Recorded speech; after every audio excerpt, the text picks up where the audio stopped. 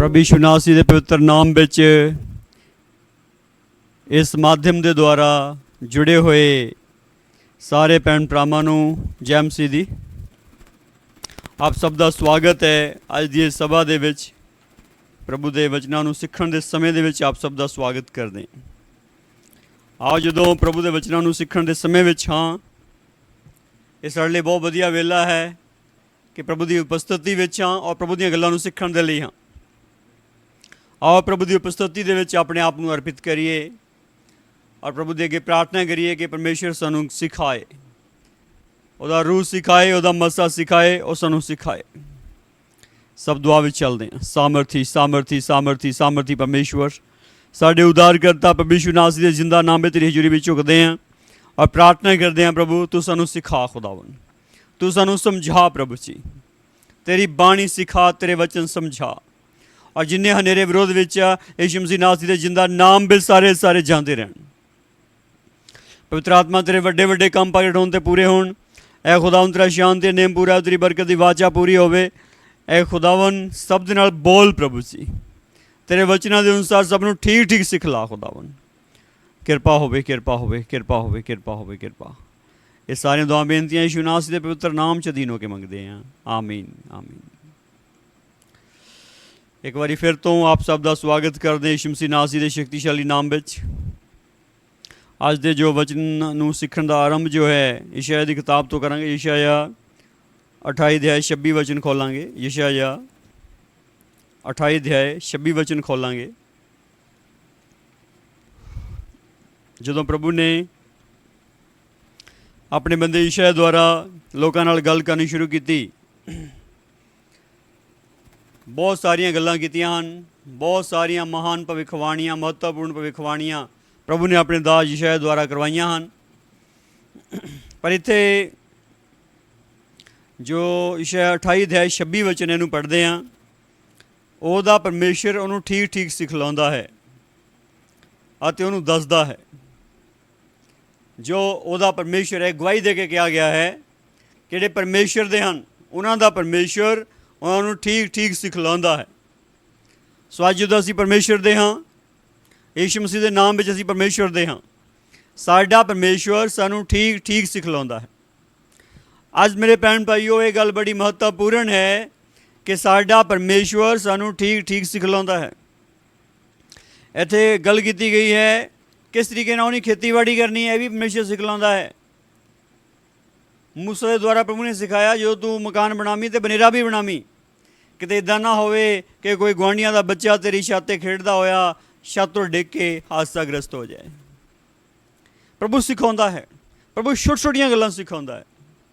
अज वड्डियां वड्डियां गल्लां परमेश्वर कोलों असीं सारे कहंदे आ परमेश्वर सानूं बहुत वड्डी गल सिखा, सिखा। कि तुसीं परमेश्वर तो छोटी छोटियां गल्लां सिखदे हो? कि छोटी तो छोटी गल सीखण लई परमेश्वर दे के बैठदे हो? कि छोटी तो छोटी गल दे लई उहदे कोलों उत्तर मंगदे हो? कि छोटी तो छोटी गल दे लई उहदे कोलों दखलअंदाजी मंगदे हो? इदां नहीं हैगा। वड्डियां वड्डियां गल्लां सारे करदे हन कि परमेश्वर मैनूं वड्डियां वड्डियां गल्लां दस्से, वड्डे वड्डे सवालां दा जवाब देवे, पर छोटी छोटियां गल्लां, छोटियां छोटियां गल्लां समझण लई और कबूल करन लई तैयार अपने आप नूं नहीं करदे। पर अज मेरे भैन भरा इस गल नूं समझ जाओ, ये गवाही है, ये गवाही है कि जिहड़ा साडा परमेश्वर है सानूं ठीक ठीक सिखलाउंदा है, ठीक ठीक सिखलाउंदा है। अजी बहुत सारे स्थानों तो खेतीबाड़ी दियाँ जो विधियां हैं, जो प्रणाली है, वो दूसरे मुल्कों दे विच पहुँचाई जाती है। दूसरे मुल्क उहनूं उत्थों आयात करते हैं प्रणाली नूं। और बहुत सारे होर प्रणाली है जो ਵੱਖ-ਵੱਖ मुल्कों दे विच भेजी जाती है और ਵੱਖ-ਵੱਖ मुल्क जिहड़े अपने मुल्क च लिआंदे हन। जिहड़ी ये गल है कि तुहाडा परमेश्वर तुहानूं ठीक ठीक सिखाउंदा है, इहदा अर्थ यह है कि वह सारियां गल्लां सिखाउंदा है, सारियां गल्लां सिखाउंदा है। जदों सारियां गल्लां सिखाउंदा है, जदों वो सिखाउंदा है तो उतों सीखणियां पैणियां। जदों परमेश्वर सिखाउंदा है तो परमेश्वर तो ही सीखणियां पैणियां हन। इसलिए इत्थे जिहड़ी गल है वो खेतीबाड़ी की गल नाल जोड़ के सिखाई गई है, पर असलीयत गल यह है कि साडा परमेश्वर सानूं हर गल सिखाउंदा है, हर गल समझाउंदा है। इसलिए आदिकाल में जदों परमेश्वर ने आदम अते हवा नूं बनाया, परमेश्वर उन्होंने जो मिलन दे लई आंदा सी ठंडे वेले, परमेश्वर सिखाउंदा सी, उन्होंने समझाउंदा सी। ਪਰਮੇਸ਼ਰ ਸਿਖਾਉਂਦਾ ਸੀ, ਪਰ ਸਿੱਖਦੇ ਸਿੱਖਦੇ ਹੀ ਉਹ ਵਿਗੜ ਗਏ, ਉਹ ਸਿੱਖਿਆ ਵਿੱਚ ਬਣੇ ਨਹੀਂ ਰਹੇ। ਅੱਜ ਮੇਰੇ ਭੈਣ ਭਰਾ ਇਹ ਗੱਲ ਨੂੰ ਸਮਝ ਜਾਓ ਕਿ ਅੱਜ ਵੀ ਸਾਨੂੰ ਪ੍ਰਭੂ ਸਿਖਾ ਰਿਹਾ ਹੈ, ਔਰ ਸਿੱਖਦੇ ਸਿੱਖਦੇ ਹੋਰ ਵੀ ਇੱਕ ਸਿਖਾਉਣ ਵਾਲਾ ਆਉਂਦਾ ਹੈ ਔਰ ਵਿਗਾੜ ਦਿੰਦਾ ਹੈ। ਇਸ ਲਈ ਪ੍ਰਭੂ ਦੇ ਵਚਨ ਨੂੰ ਮੱਤੀ ਦੀ ਇੰਜੀਲ 11 ਅਧਿਆਇ 28, 29, 30 ਵਿੱਚ ਨੂੰ ਖੋਲਾਂਗੇ। ਮੱਤੀ ਦੀ ਇੰਜੀਲ 11 ਅਧਿਆਇ ਜਿਹੜਾ 28 ਵਚਨ ਹੈ ਬੜਾ ਮਹੱਤਵਪੂਰਨ ਹੈ, ਬੜਾ ਫੇਮਸ ਹੈ। ਇਹ ਸਾਰੇ ਥੱਕੇ ਹੋਏ ਹੋ ਅਤੇ ਭਾਰ ਦੱਬੇ ਹੋਏ ਹੋ, ਮੇਰੇ ਕੋਲ ਆਓ ਤਾਂ ਮੈਂ ਤੁਹਾਨੂੰ ਆਰਾਮ ਦਿਆਂਗਾ। ਮੇਰਾ ਜੂੜਾ ਆਪਣੇ ਉੱਤੇ ਲੈ ਲਵੋ ਅਤੇ ਮੈਥੋਂ ਸਿੱਖੋ, ਕਿਉਂ ਜੋ ਮੈਂ ਕੋਮਲ ਅਤੇ ਮਨ ਦਾ ਗਰੀਬ ਹਾਂ, ਅਤੇ ਤੁਸੀਂ ਆਪਣੇ ਜੀਆਂ ਵਿੱਚ ਆਰਾਮ ਪਾਓਗੇ, ਕਿਉਂ ਜੋ ਮੇਰਾ ਜੂੜਾ ਹੌਲਾ ਅਤੇ ਮੇਰਾ ਭਾਰ ਹਲਕਾ ਹੈ। ਪ੍ਰਭੂ ਇੱਥੇ ਨਿਉਤਾ ਦੇ ਰਹੇ ਹਨ, ਸਾਰੇ ਥੱਕੇ ਹੋਏ ਅਤੇ ਭਾਰ ਦੱਬੇ ਹੋਇਆਂ ਨੂੰ ਨਿਉਤਾ ਦੇ ਰਹੇ ਹਨ ਕਿ ਤੁਸੀਂ ਆਓ। ਜਿੰਨੇ ਵੀ ਥੱਕ ਗਏ ਹੋ, ਜਿੰਨੇ ਵੀ ਸਵਾਲਾਂ ਦਾ ਜਵਾਬ ਲੱਭ ਕੇ ਥੱਕ ਗਏ ਹੋ, ਆਪਣੀ ਜ਼ਿੰਦਗੀ ਦਾ ਚੈਨ ਆਰਾਮ ਲੱਭ ਕੇ ਥੱਕ ਗਏ ਹੋ, ਨਹੀਂ ਲੱਭਾ, ਮੁਸ਼ਕਿਲਾਂ ਦਾ ਹੱਲ ਲੱਭ ਕੇ ਥੱਕ ਗਏ ਹੋ, ਨਹੀਂ ਲੱਭਾ, ਅੱਜ ਪ੍ਰਭੂ ਦੇ ਕੋਲ ਆ ਜਾਓ। ਪ੍ਰਭੂ ਕਹਿੰਦਾ ਮੈਂ ਤੁਹਾਨੂੰ ਆਰਾਮ ਦੇ ਦੂੰਗਾ। ਅੱਜ ਮੇਰੇ ਭੈਣ ਭਰਾ ਇਹ ਗੱਲ ਬੜੀ ਸਪਸ਼ਟ ਹੈ, ਪ੍ਰਭੂ ਕਹਿੰਦਾ ਮੈਂ ਤੁਹਾਨੂੰ ਆਰਾਮ ਦਿਆਂਗਾ। ਪ੍ਰਭੂ ਆਰਾਮ ਦੇਗਾ ਤੁਹਾਨੂੰ। ਪ੍ਰਭੂ ਆਪਣੇ ਲੋਕਾਂ ਨੂੰ ਆਰਾਮ ਦਿੰਦਾ ਹੈ। ਜਦੋਂ ਪ੍ਰਭੂ ਆਪਣੇ ਲੋਕਾਂ ਨੂੰ ਆਰਾਮ ਦਿੰਦਾ ਹੈ ਤਾਂ ਬਹੁਤ ਜ਼ਰੂਰੀ ਹੈ ਪ੍ਰਭੂ ਦੇ ਲੋਕੋ, ਤੁਸੀਂ ਪ੍ਰਭੂ ਦੇ ਆਰਾਮ ਨੂੰ ਪ੍ਰਾਪਤ ਕਰੋ। ਜਦੋਂ ਪ੍ਰਭੂ ਦੇ ਆਰਾਮ ਨੂੰ ਪ੍ਰਾਪਤ ਕਰਦੇ ਹੋ, ਤੁਹਾਡਾ ਪਰਮੇਸ਼ਵਰ ਸੱਚਮੁੱਚ ਆਪਣੇ ਵਾਅਦੇ ਨੂੰ ਪੂਰਾ ਕਰੇਗਾ। ਸੱਚਮੁੱਚ ਅਜੇ ਬੰਦੇ ਦੇ ਕੋਲ ਆਰਾਮ ਨਹੀਂ ਹੈ, ਚੈਨ ਨਹੀਂ ਹੈ, ਚੈਨ ਨਹੀਂ ਹੈ, ਪਰ ਪ੍ਰਭੂ ਕਹਿੰਦਾ ਮੈਂ ਆਰਾਮ ਦੇਵਾਂਗਾ, ਮੈਂ ਤੁਹਾਨੂੰ ਚੈਨ ਦੇਵਾਂਗਾ। ਅਗਲੀ ਗੱਲ ਇਹ ਹੈ, ਮੇਰਾ ਜੂੜਾ ਆਪਣੇ ਉੱਤੇ ਲੈ ਲਵੋ ਅਤੇ ਮੈਥੋਂ ਸਿੱਖੋ। ਇਹ ਆਰਾਮ ਕਿੱਦਾਂ ਮਿਲੇਗਾ? ਇਹ ਚੈਨ ਕਿੱਦਾਂ ਮਿਲੇਗਾ? ਅਸੀਂ ਪਹਿਲਾਂ ਇਸ ਗੱਲ ਨੂੰ ਪੜ੍ਹ ਕੇ ਹਟੇ ਹਾਂ ਕਿ ਪਰਮੇਸ਼ਰ ਠੀਕ ਠੀਕ ਸਿਖਾਉਂਦਾ ਹੈ, ਔਰ ਅਗਲੀ ਗੱਲ ਹੈ ਉਹ ਤੋਂ ਸਿੱਖਣਾ ਹੈ। ਸਿਖਾਉਂਦਾ ਤਾਂ ਹੈ ਹੀ, ਸਿਖਾਉਂਦਾ ਤਾਂ ਸਾਰਿਆਂ ਨੂੰ ਹੀ ਹੈ, ਪਰ ਸਿੱਖਦਾ ਕੌਣ ਹੈ? ਕਲਾਸ ਦੇ ਵਿੱਚ ਬਹੁਤ ਸਾਰੇ ਬੱਚੇ ਪੜ੍ਹਦੇ ਹਨ, ਪਰ ਉਹਨਾਂ ਦੇ ਵਿੱਚੋਂ ਕੌਣ ਠੀਕ ਸਿੱਖਦਾ ਹੈ? ਜੋ ਠੀਕ ਸਿੱਖਦਾ ਹੈ ਉਹੀ ਠੀਕ ਐਗਜ਼ਾਮ ਵਿੱਚ ਵਧੀਆ ਮਾਰਕਸ ਲੈ ਕੇ ਕਲੀਅਰ ਕਰੇਗਾ, ਮੈਰਿਟ ਵਿੱਚ ਆਏਗਾ। ਪਰ ਜਿਹੜਾ ਸਿੱਖਦਾ ਹੀ ਨਹੀਂ, ਟੀਚਰ ਸਿਖਾਉਂਦਾ ਹੈ, ਟੀਚਰ ਸਿਖਾਉਂਦਾ ਹੈ, ਪਰ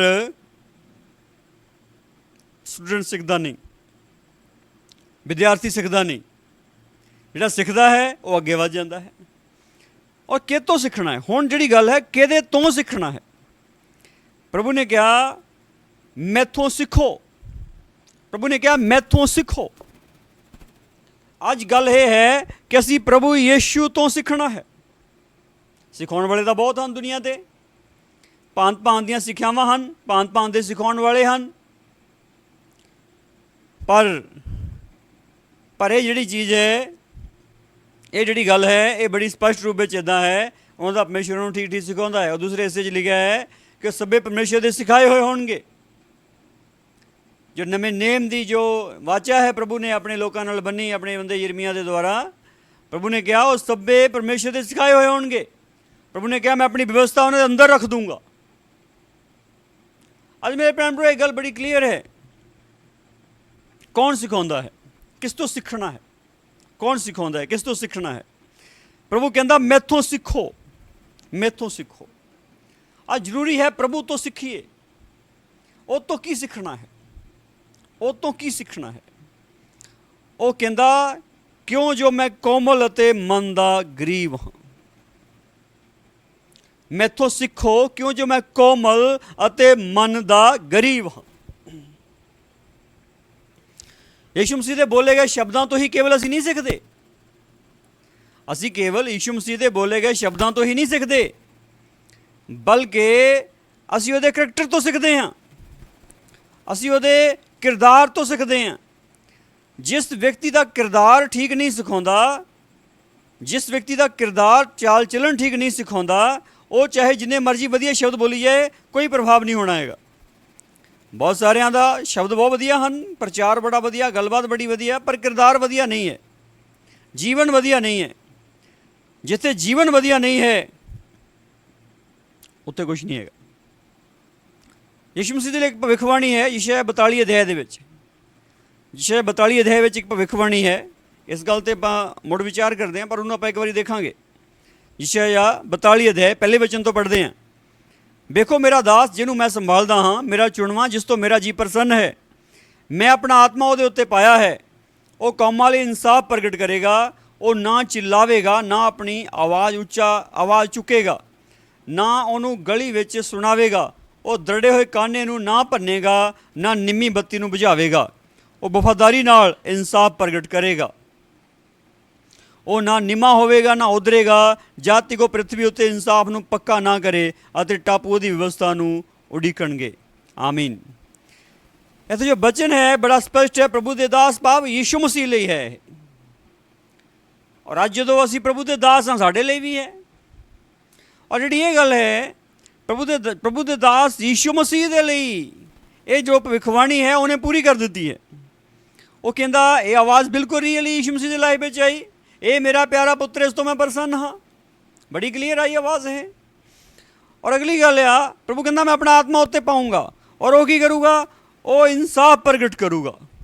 ਉਹ ਚਿल्लाਊਗਾ ਨਹੀਂ, ਰੌਲਾ ਨਹੀਂ ਪਾਊਗਾ। ਭਾਵ ਜਦੋਂ ਯੀਸ਼ੂ ਮਸੀਹ ਦੇ ਉੱਤੇ ਅਤਿਆਚਾਰ ਹੋਇਆ ਉਹਨੇ ਚਿल्लाया ਨਹੀਂ।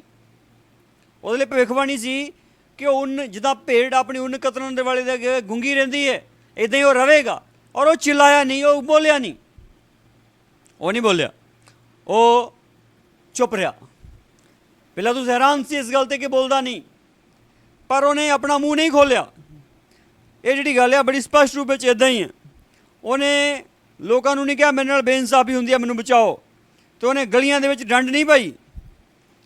ਉਹ ਦਰੜੇ ਹੋਏ ਕਾਨੇ ਨੂੰ ਨਹੀਂ ਭੰਨੂਗਾ। ਇਹ ਕਾਨਾ ਦਰੜਿਆ ਗਿਆ ਕਾਨਾ ਹੁੰਦਾ, ਦਰੜਿਆ ਗਿਆ। ਦਰੜਿਆ ਦਾ ਮਤਲਬ ਕਾਨੇ ਦੇ ਵਿੱਚ ਜਿਹੜਾ ਕਾਨਾ ਹੁੰਦਾ ਉਹਦੇ ਵਿੱਚ ਗੁੱਦਾ ਹੁੰਦਾ ਅਤੇ ਸਾਈਡ 'ਤੇ ਬੜੀ ਮਜ਼ਬੂਤ ਪਰਤ ਹੁੰਦੀ ਹੈ। ਕਈ ਵਾਰੀ ਕਾਨੇ ਦੇ ਉੱਪਰ ਦੀ ਲੰਘਦੇ ਜਾਂਦੇ ਆ ਜਿਹੜਾ ਗੁੱਦਾ ਹੈਗਾ ਉਹ ਵਿੱਚੋਂ ਪੀ ਹੋ ਜਾਂਦਾ, ਮਲੀ ਹੋ ਜਾਂਦਾ। ਪਰ ਜਿਹੜੀ ਉਹ ਸਖਤ ਪਰਤ ਹੁੰਦੀ ਉਹ ਖੜੀ ਰਹਿੰਦੀ ਹੈ। ਪਰ ਉਹ ਵੀ ਉਹਦੇ ਵੀ ਵੱਖਰੇ ਲੇਅਰਸ ਬਣ ਜਾਂਦੀਆਂ ਹੈਗੀਆਂ, ਵੱਖਰੀਆਂ ਪੱਤੀਆਂ ਬਣ ਜਾਂਦੀਆਂ ਹੈਗੀਆਂ। ਔਰ ਜੇਕਰ ਉਹਨੂੰ ਇੱਦਾਂ ਮਰੋੜ ਦਿੱਤਾ ਜਾਵੇ ਤਾਂ ਕਾਨਾ ਟੁੱਟ ਜਾਣਾ ਇੱਕਦਮ। ਪਰ ਯੀਸ਼ੂ ਮਸੀਹ ਦੇ ਲਈ ਇਹ ਗੱਲ ਹੈ ਕਿ ਉਹ ਦਰੜੇ ਹੋਏ ਕਾਨੇ ਨੂੰ ਨਹੀਂ ਭੰਨੂਗਾ। ਜਿਹੜੇ ਕਾਨੇ ਦਰੜੇ ਹੋਏ ਜਿਨ੍ਹਾਂ ਦੇ ਵਿੱਚ ਕੱਖ ਨਹੀਂ ਰਿਹਾ ਸੀਗਾ, ਕਾਨਾ ਵੈਸੇ ਮਜ਼ਬੂਤ ਹੁੰਦਾ, ਪਰ ਜਦੋਂ ਉਹ ਦਰੜਿਆ ਜਾਂਦਾ ਫਿਰ ਉਹ ਮਜ਼ਬੂਤ ਨਹੀਂ ਰਹਿੰਦਾ। ਪਰ ਯੀਸ਼ੂ ਮਸੀਹ ਲਈ ਭਵਿੱਖਬਾਣੀ ਸੀਗੀ ਜਿਹੜੀ ਉਹਨੇ ਪੂਰੀ ਕੀਤੀ ਕਿ ਉਹਨੇ ਦਰੜੇ ਹੋਏ ਕਾਨਿਆਂ ਨੂੰ ਭੰਨਿਆ ਨਹੀਂ। ਜਿਹੜੇ ਪਾਪ ਨਾਲ ਖੋਖਲੇ ਹੋ ਗਏ ਸੀ, ਜਿਨ੍ਹਾਂ ਦੇ ਅੰਦਰੋਂ ਉਹ ਜਵਾਨੀ ਦਾ ਗੁੱਦਾ ਚਲਾ ਗਿਆ ਸੀ, ਪਾਪ ਨੇ ਉਹਨਾਂ ਦੀ ਜਾਨ ਨੂੰ ਖਾ ਲਿਆ ਸੀ, ਉਹਨਾਂ ਦੇ ਕਿਰਦਾਰ ਨੂੰ ਖਾ ਲਿਆ ਸੀ, ਉਹਨਾਂ ਦੀ ਇਮੇਜ ਨੂੰ ਖਾ ਲਿਆ ਸੀ, ਉਹਨਾਂ ਦੀ ਪਹਿਚਾਣ ਖਰਾਬ ਕਰ ਦਿੱਤੀ ਸੀਗੀ। ਯੀਸ਼ੂ ਮਸੀਹ ਨੇ ਉਹਨਾਂ ਨੂੰ ਫਿਰ ਤਾਕਤ ਦੇਤੀ, ਫਿਰ ਖੜੇ ਕਰਤਾ। ਚੁੰਗੀ ਲੈਣ ਵਾਲੇ ਆਰਾਮਕਾਰੀਆਂ ਨੂੰ ਪ੍ਰਭੂ ਨੇ ਫਿਰ ਖੜੇ ਕਰਤਾ। ਫਿਰ ਉਹ ਚੁੰਗੀ ਲੈਣ ਵਾਲੇ ਨਹੀਂ ਰਹੇ, ਫਿਰ ਉਹ ਆਰਾਮਕਾਰ ਨਹੀਂ ਰਹੇ, ਫਿਰ ਉਹ ਕਲੀਅਰ ਹੋ ਗਿਆ ਪਰਮੇਸ਼ਵਰ ਦੇ ਲਈ। ਉਹ ਨਿੰਮੀ ਬੱਤੀ ਨੂੰ ਨਹੀਂ ਬੁਝਾਊਗਾ, ਨਾ ਉਹ ਵਫਾਦਾਰੀ ਨਾਲ ਇਨਸਾਫ ਪ੍ਰਗਟ ਕਰੂਗਾ। ਨਿੰਮੀ ਬੱਤੀ ਜਿਹੜੀ ਪਹਿਲਾਂ ਬੁਝਣ ਨੂੰ ਫਿਰਦੀ ਉਹਨੂੰ ਬੁਝਾਊਗਾ ਨਹੀਂ। ਭਾਵ ਉਹ ਗਊ ਗਰੀਬ 'ਤੇ ਅਤਿਆਚਾਰ ਨਹੀਂ ਕਰੇਗਾ, ਗਊ ਗਰੀਬ ਨੂੰ ਚੁੱਕੇਗਾ। ਮਤਲਬ ਜਿਹੜੇ ਗਿਰੇ ਹੋਏ ਉਹਨਾਂ ਨੂੰ ਚੁੱਕੇਗਾ, ਔਰ ਇਸ ਧਰਤੀ ਦੇ ਉੱਤੇ ਇਨਸਾਫ ਪ੍ਰਗਟ ਕਰੇਗਾ। ਯੀਸ਼ੂ ਮਸੀਹ ਇਸ ਧਰਤੀ ਦੇ ਉੱਤੇ ਇਨਸਾਫ ਪ੍ਰਗਟ ਕਰੇਗਾ। ਅੱਜ ਮੇਰੇ ਭੈਣ ਭਰਾ ਇਹ ਗੱਲ ਬੜੀ ਸਪਸ਼ਟ ਹੈ, ਯੀਸ਼ੂ ਮਸੀਹ ਨੇ ਜੋ ਭਵਿੱਖਬਾਣੀ ਹੈ ਉਹਨੇ ਪੂਰੀ ਕੀਤੀ ਹੈ। ਉਹਦੀ ਜ਼ਿੰਦਗੀ ਜੋ ਉਹਦੇ ਦੁਆਰਾ ਪੂਰੀ ਹੋ ਗਈ। ਜਦੋਂ ਉਹਦੇ ਦੁਆਰਾ ਪੂਰੀ ਹੋ ਗਈ ਅਤੇ ਉਹ ਗੱਲ ਇੱਦਾਂ ਹੀ ਆ, ਕਿ ਉਹ ਪੂਰੀ ਹੋ ਗਈ। ਜਦੋਂ ਪੂਰੀ ਹੋ ਗਈ ਅਤੇ ਉਹ ਅੱਜ ਵੀ ਪੂਰੀ ਆ। ਅੱਜ ਵੀ ਜਦੋਂ ਵਿਅਕਤੀ ਉਹਦੇ ਕੋਲ ਆਉਂਦਾ, ਜਿਹਦੇ ਅੰਦਰੋਂ ਜਿਹਦੀ ਹਾਲਤ ਇੱਦਾਂ ਦੀ ਹੁੰਦੀ ਆ ਕਿ ਉਹ ਦਰੜੇ ਹੋਏ ਹੁੰਦੇ ਆ, ਪ੍ਰਭੂ ਉਹਨਾਂ ਨੂੰ ਫਿਰ ਖੜੇ ਕਰ ਦਿੰਦਾ। ਜਿਹੜੇ ਦਰੜੇ ਹੋਏ ਹੁੰਦੇ ਆ ਪ੍ਰਭੂ ਉਹਨਾਂ ਨੂੰ ਫਿਰ ਖੜੇ ਕਰ ਦਿੰਦਾ, ਫਿਰ ਮਜ਼ਬੂਤੀ ਨਾਲ ਸਟਰੋਂਗਲੀ ਖੜੇ ਕਰ ਦਿੰਦਾ। ਇਹ ਪ੍ਰਭੂ ਦੀ ਮਹਿਮਾ ਆ, ਇਹ ਉਹਦਾ ਜਲਾਲ ਹੈ, ਇਹ ਉਹਦੀ ਕਿਰਪਾ ਆ। ਇਸ ਲਈ ਬਚਨ 'ਤੇ ਦੱਸਦਾ, ਪ੍ਰਭੂ ਕਹਿੰਦਾ ਮੈਂ ਕੋਮਲ ਹਾਂ। ਪ੍ਰਭੂ ਕਹਿੰਦਾ ਮੈਥੋਂ ਸਿੱਖੋ। ਮਤੀ 11:29 ਵਿੱਚ ਆਪਾਂ ਆਏ ਹਾਂ। ਫਿਰ ਪ੍ਰਭੂ ਕਹਿੰਦਾ ਮੈਥੋਂ ਸਿੱਖੋ, ਕਿਉਂ ਜੀ ਮੈਂ ਕੋਮਲ ਹਾਂ। ਕੋਮਲ ਦਾ ਮਤਲਬ ਨਰਮ ਆ। ਮੇਰੇ ਭੈਣ ਭਰਾ, ਤੁਸੀਂ ਹਰ ਚੀਜ਼ ਫਲੈਕਸੀਬਲ ਚਾਹੁੰਦੇ ਹੋ, ਤੁਸੀਂ ਹਰ ਚੀਜ਼ ਨਰਮ ਚਾਹੁੰਦੇ ਹੋ। ਔਰ ਇੱਕ ਬੜੀ ਵੱਡੀ ਗੱਲ ਹੈ, ਨਰਮ ਚੀਜ਼ਾਂ ਟੁੱਟਦੀਆਂ ਨਹੀਂ। ਉਹ ਆਪਣੀ ਜੇਕਰ ਉਹਨਾਂ 'ਤੇ ਪ੍ਰੈਸ਼ਰ ਪੈਂਦਾ ਤਾਂ ਛੋਟੀਆਂ ਹੋ ਜਾਂਦੀਆਂ, ਪ੍ਰੈਸ਼ਰ ਹਟ ਜਾਏ ਤਾਂ ਵੱਡੀਆਂ ਹੋ ਜਾਂਦੀਆਂ, ਆਪਣੇ ਆਕਾਰ 'ਚ ਆ ਜਾਂਦੀਆਂ। ਪੌਲਸ ਇਸ ਗੱਲ ਨੂੰ ਇੱਦਾਂ ਕਹਿੰਦਾ ਕਹਿੰਦਾ ਮੈਂ ਘਟਣਾ ਜਾਣਦਾ ਤੇ ਵਧਣਾ ਵੀ ਜਾਣਦਾ। ਪੌਲਸ ਕਹਿੰਦਾ ਮੈਂ ਘਟਣਾ ਜਾਣਦਾ ਤੇ ਵਧਣਾ ਵੀ ਜਾਣਦਾ। ਇਹਦਾ ਮਤਲਬ ਪੌਲਸ ਫਲੈਕਸੀਬਲ ਹੋ ਗਿਆ, ਪੌਲਸ ਕੋਮਲ ਹੋ ਗਿਆ। ਪੌਲਸ ਉਹ ਵਧਣਾ ਵੀ ਜਾਣਦਾ ਤੇ ਘਟਣਾ ਵੀ ਜਾਣਦਾ, ਉਹ ਫਲੈਕਸੀਬਲ ਹੋ ਗਿਆ। ਇੱਦਾਂ ਪ੍ਰਭੂ ਯਿਸੂ ਮਸੀਹ ਆਪਣੇ ਬਾਰੇ ਦੱਸਦੇ ਆ ਕਿ ਮੈਂ ਵੀ ਫਲੈਕਸੀਬਲ ਹਾਂ, ਮੈਂ ਵੀ ਕੋਮਲ ਹਾਂ, ਮੈਂ ਵੀ ਨਰਮ ਹਾਂ ਔਰ ਨਮਰ ਹਾਂ। ਨਰਮ ਵੀ ਹਾਂ ਤੇ ਨਮਰ ਵੀ ਹਾਂ। ਔਰ ਅਗਲੀ ਗੱਲ ਪ੍ਰਭੂ ਕਹਿੰਦੇ ਮੈਂ ਮਨ ਦਾ ਗਰੀਬ ਹਾਂ। ਮਨ ਦੇ ਗਰੀਬ ਦਾ ਮਤਲਬ ਇਹ ਆ, ਇਹ ਦੁਨੀਆ 'ਚ ਕਈ ਲੋਕ ਪੈਸੇ ਤਲੱਤੇ ਵੱਲੋਂ ਗਰੀਬ ਹੁੰਦੇ ਆ, ਪਰ ਇੱਕ ਯਿਸੂ ਮਸੀਹ ਕਹਿੰਦਾ ਮੈਂ ਮਨ ਦਾ ਗਰੀਬ ਹਾਂ। ਦੇਖੋ ਯਿਸੂ ਮਸੀਹ ਅਸਮਾਨ 'ਤੇ ਸੀ, ਯਿਸੂ ਮਸੀਹ ਦੀ ਮਜਬੂਰੀ ਨਹੀਂ ਸੀ ਜ਼ਮੀਨ 'ਤੇ ਆਉਣਾ, ਮਜਬੂਰੀ ਨਹੀਂ ਸੀ, ਪਰ ਜਿਹੜਾ ਉਹਦਾ ਦਿਲ ਦਾ ਗਰੀਬ ਹੋਣਾ ਆ ਉਹ ਜ਼ਮੀਨ 'ਤੇ ਉਹਨੂੰ ਲੈ ਕੇ ਆਇਆ।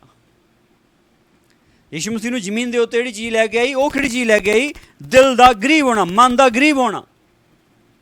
ਇੱਕ ਤਾਂ ਪੈਸੇ ਵੱਲੋਂ ਗਰੀਬ, ਜਿਹੜਾ ਪੈਸੇ ਵੱਲੋਂ ਗਰੀਬ ਹੁੰਦਾ ਨਾ ਉਹਨੂੰ ਸਾਰਿਆਂ ਦੀ ਲੋੜ ਹੁੰਦੀ ਹੈ। ਜਿਹੜਾ ਦੁਨੀਆ ਵਿੱਚ ਆਰਥਿਕ ਤੌਰ 'ਤੇ ਗਰੀਬ ਹੁੰਦਾ ਉਹਨੂੰ ਸਾਰਿਆਂ ਦੀ ਲੋੜ ਹੁੰਦੀ ਹੈ। ਜਿਹੜਾ ਅਮੀਰ ਬੰਦਾ ਉਹ ਕਹਿੰਦਾ ਜਾਓ ਭਾਜੋ, ਮੈਂ ਤੁਹਾਡੇ ਤੋਂ ਕੀ ਲੈਣਾ। ਪਰ ਜਿਹੜਾ ਗਰੀਬ ਬੰਦਾ ਆ ਉਹ ਕਹਿੰਦਾ ਭਾਈ ਮੈਨੂੰ ਤਾਂ ਸਾਰਿਆਂ ਦੀ ਲੋੜ ਆ।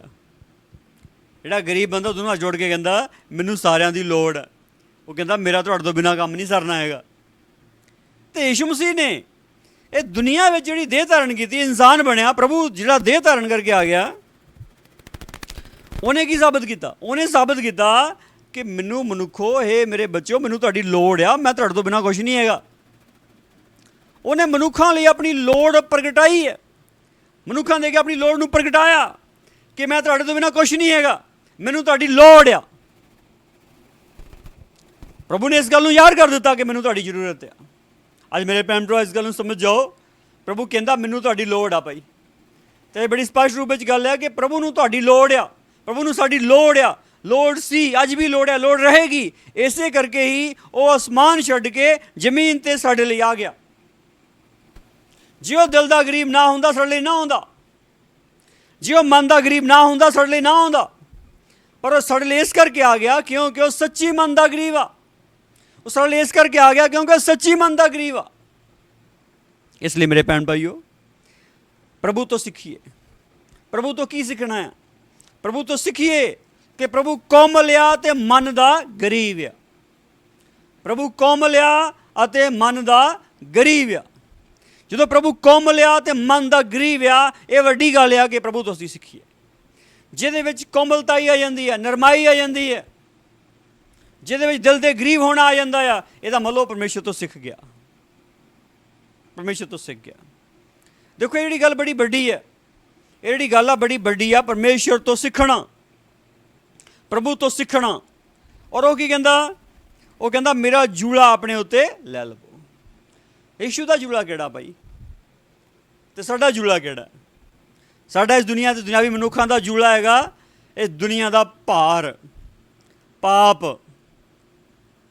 ਸ਼ਰਾਬ, ਭਾਂਤ ਦੀਆਂ ਪਰੇਸ਼ਾਨੀਆਂ, ਲਾਲਸਾਵਾਂ, ਇਸ ਦੁਨੀਆ ਦੇ ਵਿੱਚ ਸਰੀਰ ਦੀਆਂ ਕਾਮਨਾਵਾਂ, ਇਸ ਸੰਸਾਰ ਦਾ ਸਾਮਾਨ ਇਕੱਠਾ ਕਰਨਾ, ਇਸ ਸੰਸਾਰ ਦਾ ਧਨ ਇਕੱਠਾ ਕਰਨਾ, ਇਸ ਸੰਸਾਰ ਵਿੱਚ ਚੀਜ਼ਾਂ ਵਸਤਾਂ ਇਕੱਠੀਆਂ ਕਰਨੀਆਂ, ਇਹ ਜੂੜਾ ਹੈ ਜੀ ਇਨਸਾਨ ਦੇ ਉੱਤੇ। ਹੋਰ ਵੀ ਬਹੁਤ ਕੁਛ ਹੈ ਜੂੜੇ ਵਿੱਚ ਸ਼ਾਮਲ।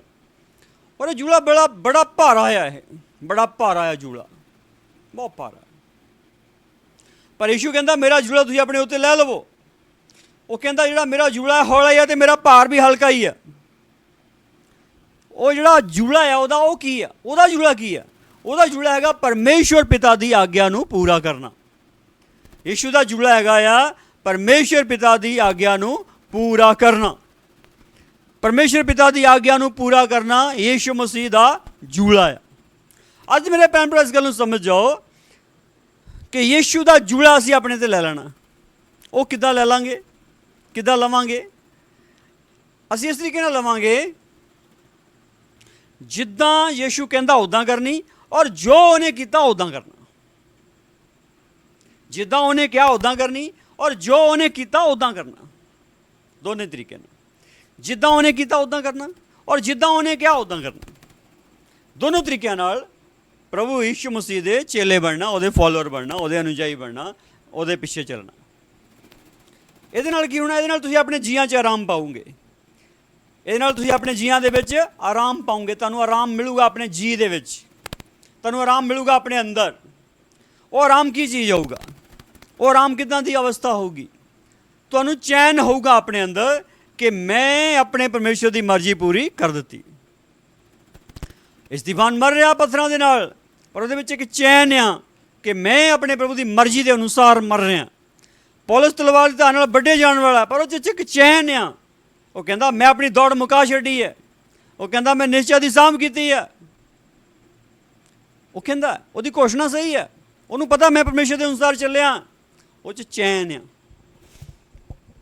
ਜਿਹੜੇ ਪ੍ਰਭੂ ਦਾ ਜੂਲਾ ਆਪਣੇ ਤੇ ਰੱਖ ਕੇ ਚੱਲਦੇ ਆ, ਉਹ ਚੈਨ ਦੇ ਨਾਲ ਦੁਨੀਆ ਨੂੰ ਛੱਡ ਕੇ ਜਾਣਗੇ। ਚੈਨ ਦੇ ਨਾਲ ਜਾਣਗੇ।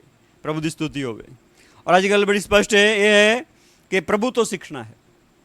ਪ੍ਰਭੂ ਤੋਂ ਸਿੱਖਣਾ ਹੈ, ਜ਼ਰੂਰੀ ਹੈ ਪ੍ਰਭੂ ਤੋਂ ਸਿੱਖਣਾ। ਜਦੋਂ ਪ੍ਰਭੂ ਤੋਂ ਸਿੱਖਾਂਗੇ, ਪ੍ਰਭੂ ਸਾਨੂੰ ਸਿਖਾਊਗਾ, ਫਿਰ ਦੁਨੀਆ ਕਹੂਗੀ ਇਹਦੇ ਪ੍ਰਭੂ ਨੇ ਨੂੰ ਸਿਖਾਇਆ ਹੋਇਆ ਹੈ। ਜੇ ਬੰਦਿਆਂ ਤੋਂ ਸਿੱਖਿਆ, ਬੰਦੇ ਵੀ ਬਹੁਤ ਤਰ੍ਹਾਂ ਦੇ ਸਿਖਾਉਣ ਵਾਲੇ ਆ, ਪਰ ਇਹ ਗੱਲ ਆ ਹਰ ਬੰਦੇ ਨੇ ਥੋੜ੍ਹਾ ਹੀ ਸਿੱਖਿਆ ਆ, ਥੋੜ੍ਹਾ ਹੀ ਸਿੱਖਿਆ, ਪੂਰਾ ਨਹੀਂ ਸਿੱਖਿਆ। ਮੈਨੂੰ ਪਤਾ ਮੈਂ ਵੀ ਥੋੜ੍ਹਾ ਹੀ ਸਿੱਖਿਆ, ਪੂਰਾ ਨਹੀਂ ਸਿੱਖਿਆ। ਸਿੱਖ ਰਿਹਾ ਖੁਦਾ ਦੀ ਹਜ਼ੂਰੀ ਵਿੱਚ, ਪਾਕ ਰੂਹ ਦੀ ਅਗਵਾਈ ਦੇ ਵਿੱਚ, ਪ੍ਰਭੂ ਕੋਲੋਂ ਸਿੱਖ ਰਿਹਾ। ਜੇ ਅੱਜ ਕੋਈ ਕਹੇ ਮੈਨੂੰ ਪੂਰਾ ਹੀ ਆ ਗਿਆ ਹੈ ਨਾ, ਉਹ ਗਲਤ ਬੋਲਦਾ, ਝੂਠ ਬੋਲਦਾ। ਸਾਰਾ ਹੀ ਨਹੀਂ ਕਿਸੇ ਨੂੰ ਗਿਆ। ਜਿੰਨਾ ਕੁ ਆ ਗਿਆ ਆ, ਇਹਦੇ ਲਈ ਪ੍ਰਭੂ ਦਾ ਧੰਨਵਾਦ ਆ। ਵਧਣ ਦੀ ਕੋਸ਼ਿਸ਼ ਕਰਨੀ ਹੈ, ਵੱਧਦੇ ਜਾਣ ਦੀ ਕੋਸ਼ਿਸ਼ ਕਰਨੀ ਹੈ। ਉਹਦੇ ਅਨੁਗ੍ਰਹਿ ਦੇ ਨਾਲ ਅਸੀਂ ਜ਼ਰੂਰ ਮੰਜ਼ਿਲ ਪਾਵਾਂਗੇ। ਪਰ ਇਹ ਗੱਲ ਆ, ਇਸ ਦੁਨੀਆ ਦੇ ਵਿੱਚ ਜਿਹੜਾ ਇਨਸਾਨ ਹੈ, ਇਨਸਾਨ ਜਦੋਂ ਇਸ ਦੁਨੀਆ ਦੇ ਵਿੱਚ ਇੱਕ ਸਿਖਾਉਣ ਵਾਲੇ ਦੀ ਭੂਮਿਕਾ ਨਿਭਾਉਂਦਾ ਹੈ, ਤਾਂ ਉਹ ਇੱਦਾਂ ਸੋਚਦਾ ਕਿ ਮੈਂ ਸਭ ਕੁਝ ਸਿੱਖ ਲਿਆ। ਇੱਕ ਨੋਰਮਲ ਵਿਅਕਤੀ ਜਦੋਂ ਸਿੱਖਣ ਵਾਲੇ ਦੀ ਭੂਮਿਕਾ ਵਿੱਚ ਹੁੰਦਾ ਹੈ, ਉਦੋਂ ਇਹ ਕਹਿੰਦਾ ਮੈਂ ਸਭ ਕੁਝ ਸਿੱਖ ਲਿਆ। ਪਰ ਨਹੀਂ, ਪ੍ਰਭੂ ਦੇ ਬੱਚਿਓ, ਸਭ ਕੁਝ ਨਹੀਂ ਸਿੱਖਿਆ। ਸਭ ਕੁਝ ਤੁਹਾਨੂੰ ਨਹੀਂ ਆਇਆ, ਤੁਸੀਂ ਸਭ ਕੁਝ ਨਹੀਂ ਸਿੱਖਿਆ। ਬੜੀ ਜ਼ਰੂਰੀ ਹੈ ਇਸ ਗੱਲ ਨੂੰ ਸਮਝਣਾ ਕਿ ਤੁਸੀਂ ਆਪਣੇ ਪਰਮੇਸ਼ਰ ਤੋਂ ਸਿੱਖੋ। ਪ੍ਰਭੂ ਕਹਿੰਦਾ ਮੈਥੋਂ ਸਿੱਖੋ। ਪ੍ਰਭੂ ਤੋਂ ਸਿੱਖਣ ਦਾ ਮਤਲਬ ਹੈ ਜੋ ਪ੍ਰਭੂ ਦੇ ਅੰਦਰ ਸੀ ਉਹਨੂੰ ਗ੍ਰਹਿਣ ਕਰੋ। ਇਹ ਜ਼ਰੂਰੀ ਹੈ। ਜਦੋਂ ਇਹ ਕਰਾਂਗੇ, ਜ਼ਰੂਰ ਪਰਮੇਸ਼ਰ ਆਸ਼ੀਸ਼ ਦੇਗਾ। ਔਰ ਅੱਜ ਸਾਡੇ ਲਈ ਇੱਕ ਭਵਿੱਖਬਾਣੀ, ਜੋ ਨਵੇਂ ਨੇਮ ਦੀ ਭਵਿੱਖਬਾਣੀ ਹੈ, ਜੋ ਪੁਰਾਣੇ ਨੇਮ ਯਿਰਮੀਆ ਦੁਆਰਾ ਪ੍ਰਭੂ ਨੇ ਕੀਤੀ, ਉਹਨੂੰ ਪੜ੍ਹਾਂਗੇ। 31 ਅਧਿਆਇ ਯਿਰਮੀਆ ਦੀ ਕਿਤਾਬ ਦਾ, ਯਿਰਮੀਆ ਦੀ ਕਿਤਾਬ 31 ਅਧਿਆਇ, ਉਸ ਦਾ 34 ਵਚਨ ਪੜ੍ਹਾਂਗੇ। ਉਹ ਫਿਰ ਕਦੀ ਹਰੇਕ ਆਪਣੇ ਗੁਆਂਢੀ ਨੂੰ ਅਤੇ ਹਰੇਕ ਆਪਣੇ ਭਰਾ ਨੂੰ ਨਾ ਸਿਖਲਾਏਗਾ ਭਈ ਯਹੋਵਾ ਨੂੰ ਜਾਣੋ, ਕਿਉਂ ਜੋ ਉਹ ਸਾਰਿਆਂ ਦੇ ਸਾਰੇ ਉਹਨਾਂ ਦੇ ਛੋਟੇ ਤੋਂ ਵੱਡੇ ਤੀਕ, ਉਸ ਵੱਡੇ ਤੀਕ ਮੈਨੂੰ ਜਾਣ ਲੈਣਗੇ। ਯਹੋਵਾ ਦਾ ਵਾਕ ਹੈ, ਕਿਉਂ ਜੋ ਮੈਂ ਉਹਨਾਂ ਦੀ ਬਦੀ ਨੂੰ ਮਾਫ਼ ਕਰਾਂਗਾ ਅਤੇ ਉਹਨਾਂ ਦੇ ਪਾਪ ਚੇਤੇ ਨਾ ਕਰਾਂਗਾ। ਜੋ ਇਹ ਅਧਿਆਇ ਹੈ, ਇਹ ਨਵਾਂ ਨੇਮ ਟਾਈਟਲ ਦੇ ਅਧੀਨ ਲਿਖਿਆ ਗਿਆ ਹੈ। ਕਿਸ ਤਰੀਕੇ ਨਾਲ ਨਵਾਂ ਨੇਮ ਪ੍ਰਭੂ ਆਪਣੇ ਲੋਕਾਂ 'ਤੇ ਲਾਗੂ ਕਰਨ ਦੇ ਲਈ ਜਾ ਰਿਹਾ ਹੈ। ਇਹ ਜਿਹੜਾ ਸਮਾਂ ਹੈ, ਉਸ ਸਮੇਂ ਦਾ ਹੈ ਜਦੋਂ ਪ੍ਰਭੂ ਰਾਜ ਕਰੇਗਾ। ਅੱਜ ਪ੍ਰਭੂ ਦਾ ਰਾਜ ਜ਼ਮੀਨ 'ਤੇ ਨਹੀਂ ਹੈ। ਅੱਜ ਪ੍ਰਭੂ ਦਾ ਰਾਜ ਜ਼ਮੀਨ 'ਤੇ ਨਹੀਂ, ਅੱਜ ਸ਼ੈਤਾਨ ਦਾ ਰਾਜ ਹੈ ਜ਼ਮੀਨ ਦੇ ਉੱਤੇ। ਪਾਪ ਦਾ ਰਾਜ ਹੈ, ਔਰ ਜਿਹੜੇ ਸ਼ੈਤਾਨੀ ਮਨੁੱਖ, ਉਹਨਾਂ ਦਾ ਰਾਜ ਹੈ। ਔਰ ਉਹ ਦੁਨੀਆ 'ਤੇ ਧੱਕੇ ਨਾਲ ਸਭ ਕੁਝ ਕਰ ਰਹੇ ਹਨ। ਦੁਨੀਆ ਦੇ ਸਾਮਰਾਜਾਂ ਨੇ ਮਸੀਹਾਂ ਨੂੰ ਮਾਰਿਆ ਹੈ। ਮਸੀਹਾਂ ਨੇ ਕਿਸੇ ਰਾਜ ਦਾ, ਰਾਸ਼ਟਰ ਦਾ ਮਾੜਾ ਨਹੀਂ ਕੀਤਾ ਅੱਜ ਤੱਕ। ਮਸੀਹਾਂ ਨੇ ਕਿਸੇ ਰਾਜ ਦਾ, ਕਿਸੇ ਰਾਸ਼ਟਰ ਦਾ ਮਾੜਾ ਨਹੀਂ ਕੀਤਾ ਅੱਜ ਤੱਕ। ਮਸੀਹਾਂ ਨੇ ਰਾਸ਼ਟਰ ਨਿਰਮਾਣ ਵਿੱਚ ਵੱਡੀਆਂ ਭੂਮਿਕਾ ਨਿਭਾਈਆਂ ਹਨ ਅੱਜ ਤੱਕ। ਹਰ ਇੱਕ ਰਾਸ਼ਟਰ ਦੇ ਨਿਰਮਾਣ ਵਿੱਚ ਭੂਮਿਕਾ ਨਿਭਾਈਆਂ ਹਨ ਮਸੀਹਾਂ ਨੇ। ਔਰ ਜੋ ਧਾਰਮਿਕ ਗ੍ਰੰਥ ਹੈ, ਪਵਿੱਤਰ ਬਾਈਬਲ, ਇਹਦੇ ਵਿੱਚੋਂ ਹੀ ਕਾਨੂੰਨ ਲੈ ਗਏ ਹਨ ਦੁਨੀਆ ਦੇ ਮੋਸਟ ਹਾਈ ਜੋ ਕੌਂਸਟੀਟਿਊਸ਼ਨਸ ਹਨ ਉਹਨਾਂ ਦੇ ਲਈ। ਪਰ ਫਿਰ ਮਸੀਹਾਂ ਦੇ ਉੱਤੇ ਇੱਕ ਵੱਡਾ ਇਲਜ਼ਾਮ ਹੈ ਕਿ ਬੰਦੇ ਲੋਕਾਂ ਨਾਲ ਧੋਖਾ ਕਰ ਰਹੇ ਆ। ਨਹੀਂ, ਬਿਲਕੁਲ ਨਹੀਂ। ਧੋਖੇ ਲਈ ਥਾਂ ਨਹੀਂ ਹੈਗਾ ਇੱਥੇ, ਕਿਉਂਕਿ ਪਰਮੇਸ਼ਵਰ ਧੋਖੇਬਾਜ਼ ਨਹੀਂ ਹੈਗਾ ਅਤੇ ਪਰਮੇਸ਼ਵਰ ਦੇ ਲੋਕ ਵੀ ਧੋਖੇਬਾਜ਼ ਨਹੀਂ ਹੈਗੇ। ਪਰਮੇਸ਼ਵਰ ਇਮਾਨਦਾਰ ਆ, ਪਰਮੇਸ਼ਵਰ ਦੇ ਲੋਕ ਵੀ ਇਮਾਨਦਾਰ ਆ। ਇੱਕ ਦਿਨ ਰਾਜ ਆਉਣ ਵਾਲਾ ਪਰਮੇਸ਼ਵਰ ਦਾ, ਉਹਦੇ ਵਿੱਚ ਇੱਦਾਂ ਹੀ ਹੋਏਗਾ। ਕੋਈ ਕਿਸੇ ਨੂੰ ਸਿਖਾਏਗਾ ਨਹੀਂ। ਅੱਜ ਪ੍ਰਚਾਰ ਕਰਨੇ ਪੈ ਰਹੇ ਆ, ਅੱਜ ਸਿਖਾਉਣਾ ਪੈ ਰਿਹਾ, ਸਮਝਾਉਣਾ ਪੈ ਰਿਹਾ, ਕਾਉਂਸਲਿੰਗ ਵਿੱਚ ਜਾਣਾ ਪੈ ਰਿਹਾ, ਲਗਾਤਾਰ ਪ੍ਰਾਰਥਨਾ ਵਿੱਚ ਜਾਣਾ ਪੈ ਰਿਹਾ ਕਿ ਸਿੱਖ ਜਾਣ, ਪਰ ਫਿਰ ਵੀ ਨਹੀਂ ਸਿੱਖਦੇ। ਪਰ ਸਾਡੇ ਲਈ ਇੱਕ ਵੱਡੀ ਗੱਲ ਹੈ ਕਿ ਜਿਸ ਰਾਜ ਵਿੱਚ ਅਸੀਂ ਪ੍ਰਵੇਸ਼ ਕਰਨ ਵਾਲੇ ਹਾਂ, ਉਸ ਰਾਜ ਦੇ ਵਿੱਚ ਕੋਈ ਇੱਕ ਦੂਜੇ ਨੂੰ ਨਹੀਂ ਸਿਖਾਏਗਾ। ਉਸ ਰਾਜ ਵਿੱਚ ਪ੍ਰਚਾਰ ਨਹੀਂ ਹੋਣੇ ਹੈਗੇ। ਪ੍ਰਚਾਰ ਕਿਹਨੂੰ ਕਰਨੇ? ਸਾਰੇ ਅੰਦਰ ਪਰਮੇਸ਼ਰ ਹੋਣਾ, ਸਾਰੇ ਅੰਦਰ ਪ੍ਰਭੂ ਹੋਣਾ, ਕੇਵਲ ਸਤੁਤੀ ਹੋਣੀ ਆ, ਥੈਂਕਸ ਗਿਵਿੰਗ ਹੋਣੀ ਆ, ਔਰ ਪ੍ਰੇਜ਼ਿੰਗ ਹੋਣੀ ਆ, ਧੰਨਵਾਦ ਹੋਣਾ ਆ, ਔਰ ਆਨੰਦਿਤ ਜੀਵਨ ਹੋਣਾ। ਕਿਉਂਕਿ ਵਚਨ ਇੱਦਾਂ ਹੀ ਦੱਸਦਾ ਹੈ, ਉਹਨਾਂ ਦੇ ਛੋਟੇ ਤੋਂ ਲੈ ਕੇ ਵੱਡੇ ਤੱਕ ਸਭ ਮੈਨੂੰ ਜਾਣ ਲੈਣਗੇ। ਇਹ ਗੱਲ ਇੱਦਾਂ ਹੀ ਆ, ਇਹ ਗੱਲ ਜਿਹੜੀ ਆ ਉਹ ਇੱਦਾਂ ਹੀ ਆ। ਔਰ ਇਸ ਤੋਂ ਜਿਹੜੀ ਪਹਿਲਾ ਵਚਨ ਹੈ 33 ਵਚਨ, ਇਹ ਉਹ ਨੇਮ ਹੈ ਜਿਹੜਾ ਮੈਂ ਉਹਨਾਂ ਦਿਨਾਂ ਦੇ ਪਿੱਛੋਂ ਇਜ਼ਰਾਇਲ ਦੇ ਘਰਾਣੇ ਨਾਲ ਬੰਨਾਂਗਾ। ਯਹੋਵਾ ਦਾ ਵਾਕ ਹੈ, ਮੈਂ ਆਪਣੀ ਵਿਵਸਥਾ ਨੂੰ ਉਹਨਾਂ ਦੇ ਅੰਦਰ ਰੱਖਾਂਗਾ ਅਤੇ ਉਹਨਾਂ ਦੇ ਦਿਲਾਂ ਉੱਤੇ ਲਿਖਾਂਗਾ। ਮੈਂ ਉਹਨਾਂ ਦਾ ਪਰਮੇਸ਼ਰ ਹੋਵਾਂਗਾ ਅਤੇ ਉਹ ਮੇਰੀ ਪ੍ਰਜਾ ਹੋਣਗੇ। ਇਹ ਗੱਲ ਤੁਸੀਂ ਦੇਖੋ, ਇਹ ਗੱਲ ਬੜੀ ਮਹੱਤਵਪੂਰਨ ਆ। ਪਰਮੇਸ਼ਰ ਕਹਿੰਦਾ ਮੈਂ ਆਪਣੀ ਵਿਵਸਥਾ, ਆਪਣੀ ਬਾਣੀ ਉਹਨਾਂ ਦੇ ਅੰਦਰ ਲਿਖ ਦੂੰਗਾ। ਮੈਂ ਆਪਣੀ ਵਿਵਸਥਾ, ਆਪਣਾ ਵਚਨ ਉਹਨਾਂ ਦੇ ਅੰਦਰ ਲਿਖ ਦੂੰਗਾ। ਆਪਣਾ ਵਚਨ ਉਹਨਾਂ ਦੇ ਅੰਦਰ ਲਿਖ ਦੂੰਗਾ, ਉਹਨਾਂ ਦੇ ਦਿਲਾਂ 'ਤੇ ਲਿਖ ਦੂੰਗਾ। ਪ੍ਰਭੂ ਕਹਿੰਦਾ ਹਾਲੇਲੂਇਆ, ਪ੍ਰਭੂ ਦੀ ਸਤੁਤੀ ਹੋਵੇ। ਸਵਾਗਤ ਕਰਦੇ ਹਾਂ ਉਸ ਸਮੇਂ ਦਾ ਯਿਸੂ ਦੇ ਨਾਮ 'ਤੇ ਜਿਹੜਾ ਸਮਾਂ ਸਾਡੇ ਲਈ ਆਉਣ ਵਾਲਾ ਹੈ। ਪ੍ਰਭੂ ਕਹਿੰਦਾ ਮੈਂ ਆਪਣੀ ਬਾਣੀ, ਆਪਣਾ ਵਚਨ, ਆਪਣੀ ਵਿਵਸਥਾ ਉਹਨਾਂ ਦੇ ਦਿਲਾਂ ਉੱਤੇ ਲਿਖ ਦੂੰਗਾ। ਅੱਜ ਮੇਰੇ ਭੈਣ ਭਰਾ ਦੇਖੋ ਗੱਲ ਕਿੱਥੇ ਹੈ, ਦੇਖੋ ਗੱਲ ਕਿੱਥੇ ਖੜੀ ਹੈ। ਗੱਲ ਠੀਕ ਇੱਥੇ ਹੀ ਹੈ ਕਿ ਪਰਮੇਸ਼ਵਰ ਸਾਨੂੰ ਸਿਖਾਉਂਦਾ ਹੈ, ਪਰਮੇਸ਼ਰ ਸਾਨੂੰ ਸਮਝਾਉਂਦਾ ਆ, ਔਰ ਪਰਮੇਸ਼ਰ ਆਪਣੀ ਬਾਣੀ ਸਾਡੇ ਅੰਦਰ ਪਾ ਦਿੰਦਾ ਹੈ। ਬਿਲਕੁਲ ਕਲੀਅਰ ਗੱਲ ਹੈ। ਔਰ ਇੱਕ ਦਿਨ ਇੱਦਾਂ ਹੋਣ ਵਾਲਾ ਆ ਕਿ ਪਰਮੇਸ਼ਰ ਆਪਣੀ ਪੂਰੀ ਬਾਣੀ ਸਾਡੇ ਅੰਦਰ ਪਾ ਦੂਗਾ। ਜਦੋਂ ਪਰਮੇਸ਼ਰ ਆਪਣੀ ਪੂਰੀ ਬਾਣੀ ਸਾਡੇ ਅੰਦਰ ਪਾ ਦੂਗਾ, ਉਦੋਂ ਕੀ ਹੋਣਾ? ਫਿਰ ਕਿਸੇ ਨੇ ਇੱਕ ਦੂਜੇ ਨੂੰ ਸਿਖਾਉਣਾ ਨਹੀਂ ਹੈਗਾ, ਬਲਕਿ ਸਾਰੇ ਪਰਮੇਸ਼ਰ ਤੋਂ ਸਿੱਖੇ ਹੋਣਗੇ, ਔਰ ਪਰਮੇਸ਼ਰ ਦੇ ਮਗਰ ਚੱਲਣ ਵਾਲੇ ਹੋਣਗੇ। ਇਸ ਗੱਲ ਲਈ ਪ੍ਰਭੂ ਨੂੰ ਸਤੁਤੀ ਦਿੰਦੇ ਆ।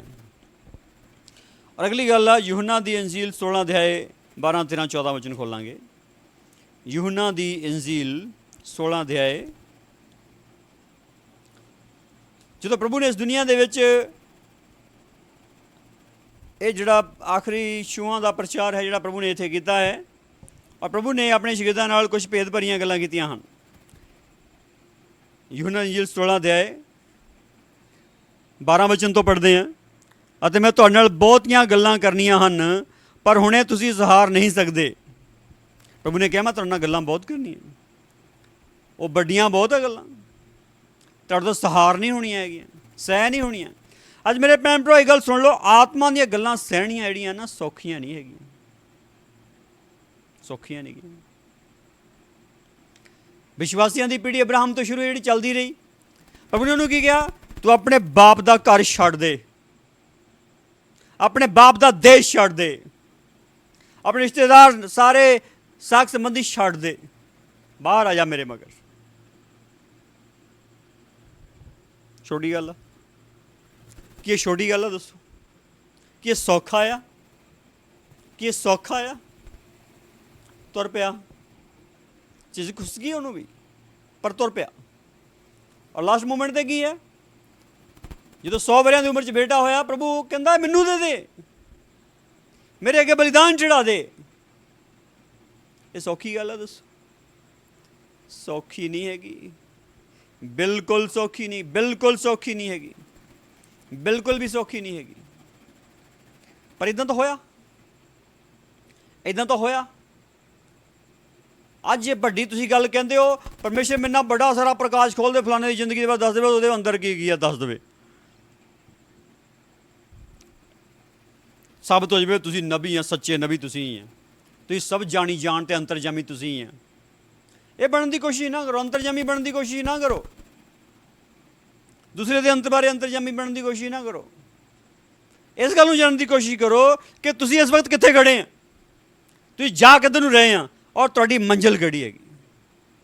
ਇਹ ਠੀਕ ਠੀਕ ਸਮਝ ਲਓ, ਤੁਸੀਂ ਕਿੱਥੇ ਖੜੇ ਆ, ਕਿੱਧਰ ਨੂੰ ਜਾ ਰਹੇ ਆ, ਤੁਹਾਡੀ ਮੰਜ਼ਿਲ ਕਿੱਥੇ ਜਾ ਖੜੀ, ਕਿੱਥੇ ਮੁੱਕਣੀ ਜਾ, ਤੁਹਾਡਾ ਐਂਡ ਕਿੱਥੇ ਹੈਗਾ।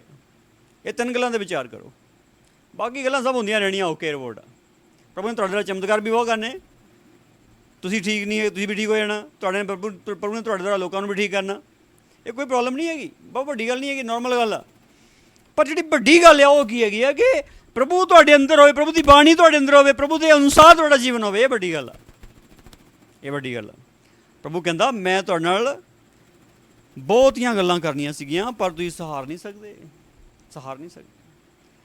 ਮੇਰੇ ਭੈਣ ਭਰਾ, ਪ੍ਰਭੂ ਜਦੋਂ ਖਰੀਆਂ ਗੱਲਾਂ ਕਰਦਾ ਨਾ, ਖਰੀਆਂ ਸਹਾਰ ਨਹੀਂ ਹੁੰਦੀਆਂ ਹੈਗੀਆਂ। ਉਹ ਬਹੁਤ ਟਫ ਆ, ਬਹੁਤ ਟਫ ਆ। ਜਦੋਂ ਆਪਾਂ ਅਬਰਾਮ ਨਾਲ ਦੇ ਬਾਰੇ ਇੱਕੋ ਹੀ ਗੱਲ ਕੀਤੀ ਹੈ, ਮੂਸਾ ਲਈ ਕਿੰਨਾ ਟਫ ਸੀਗਾ, ਕਿੰਨਾ ਔਖਾ ਸੀਗਾ ਕਿ ਰਾਜ ਮਹਿਲ ਨੂੰ ਛੱਡਣਾ। ਜਿਸ ਰਾਜ ਮਹਿਲ ਵਿੱਚ 40 ਸਾਲ ਉਹ ਪਲਿਆ ਸੀਗਾ, ਰਾਜਿਆਂ ਵਾਲੀ ਪਰਵਰਿਸ਼ ਉਹਦੀ ਹੋਈ ਸੀਗੀ, ਹਮੇਸ਼ਾ ਰਾਜਿਆਂ ਵਾਲੇ ਕੱਪੜੇ ਪਾਏ ਸੀ, ਰਾਜਿਆਂ ਵਾਲੇ ਰੱਥਾਂ 'ਤੇ ਘੁੰਮਿਆ ਸੀ, ਰਾਜੇ ਵਾਲੇ ਹਥਿਆਰ ਚਲਾਏ ਸੀ, ਔਰ ਅੱਜ ਮੈਦਾਨ ਵਿੱਚ ਜਾਣ ਦੇ ਲਈ ਮਜਬੂਰ ਹੋ ਗਿਆ। ਇਹ ਨੋਰਮਲ ਗੱਲ ਨਹੀਂ ਹੈਗੀ, ਇਹ ਨੋਰਮਲ ਗੱਲ ਨਹੀਂ ਹੈਗੀ। ਪ੍ਰਭੂ ਕਹਿੰਦਾ ਮੈਂ ਤੇਰੇ ਨਾਲ ਬਹੁਤ ਸਾਰੀਆਂ ਗੱਲਾਂ ਕਰਨੀਆਂ ਜਿਹੜੀ ਤੁਸੀਂ ਸਹਾਰ ਨਹੀਂ ਸਕਦੇ, ਪਰ ਜਦੋਂ ਅਰਥਾਤ ਸੱਚਾਈ ਦਾ ਆਤਮਾ ਆਵੇ ਤਾਂ ਉਹ ਸਾਰੀ ਸੱਚਾਈ ਵੀ ਤੁਹਾਡੀ ਅਗਵਾਈ ਕਰੇਗਾ। ਕਿਉਂ? ਜੋ ਆਪਣੀ ਵੱਲੋਂ ਨਾ ਕਹੇਗਾ, ਪਰ ਜੋ ਕੁਝ ਸੁਣੇਗਾ ਸੋਈ ਆਖੇਗਾ ਅਤੇ ਉਹ ਹੋਣ ਵਾਲੀਆਂ ਗੱਲਾਂ ਤੁਹਾਨੂੰ ਦੱਸੇਗਾ। ਹੁਣ ਜਿਹੜੀ ਇਹ ਗੱਲ ਆ, ਇਹ ਦੇਖੋ ਕਿੱਥੇ ਆ। ਜਦੋਂ ਸੱਚਾਈ ਦਾ ਆਤਮਾ ਤੁਹਾਡੇ ਉੱਤੇ ਆਊਗਾ ਤੇ ਉਹ ਸਾਰੀ ਸੱਚਾਈ ਵੀ ਤੁਹਾਡੀ ਅਗਵਾਈ ਕਰੇਗਾ। ਦੇਖੋ ਪਵਿੱਤਰ ਆਤਮਾ ਕਿਸ ਗੱਲ 'ਚ ਅਗਵਾਈ ਕਰਨ ਦੇ ਲਈ ਆਇਆ? ਕਈ ਲੋਕ ਚਿੰਨ ਚਮਤਕਾਰਾਂ 'ਤੇ ਟਿਕ ਗਏ ਬਸ, ਕਈ ਲੋਕ ਗੈਰ ਜ਼ਬਾਨ 'ਤੇ ਟਿਕ ਗਏ ਬਸ। ਕਈ ਲੋਕਾਂ ਨੇ ਗੈਰ ਜ਼ਬਾਨ ਦੀ ਬੇਇੱਜ਼ਤੀ ਕਰਾਤੀ ਆ, ਗੈਰ ਜ਼ਬਾਨ ਬੋਲੀ ਜਾਂਦੇ, ਗਾਲਾਂ ਕੱਢੀ ਜਾਂਦੇ, ਉਹਨਾਂ ਨੂੰ ਪਤਾ ਨਹੀਂ ਲੱਗਾ ਗੱਲ ਕੀ ਹੈਗੀ। ਦੇਖੋ ਇੱਕ ਦਿਨ ਗੈਰ ਜ਼ਬਾਨ ਆਈ ਸੀ, 2-4 ਲਫ਼ਜ਼ ਆਏ ਸੀਗੇ, ਉਹ ਯਾਦ ਆ, ਹੁਣ ਉਹ ਬੋਲੀ ਜਾਂਦੇ ਆ।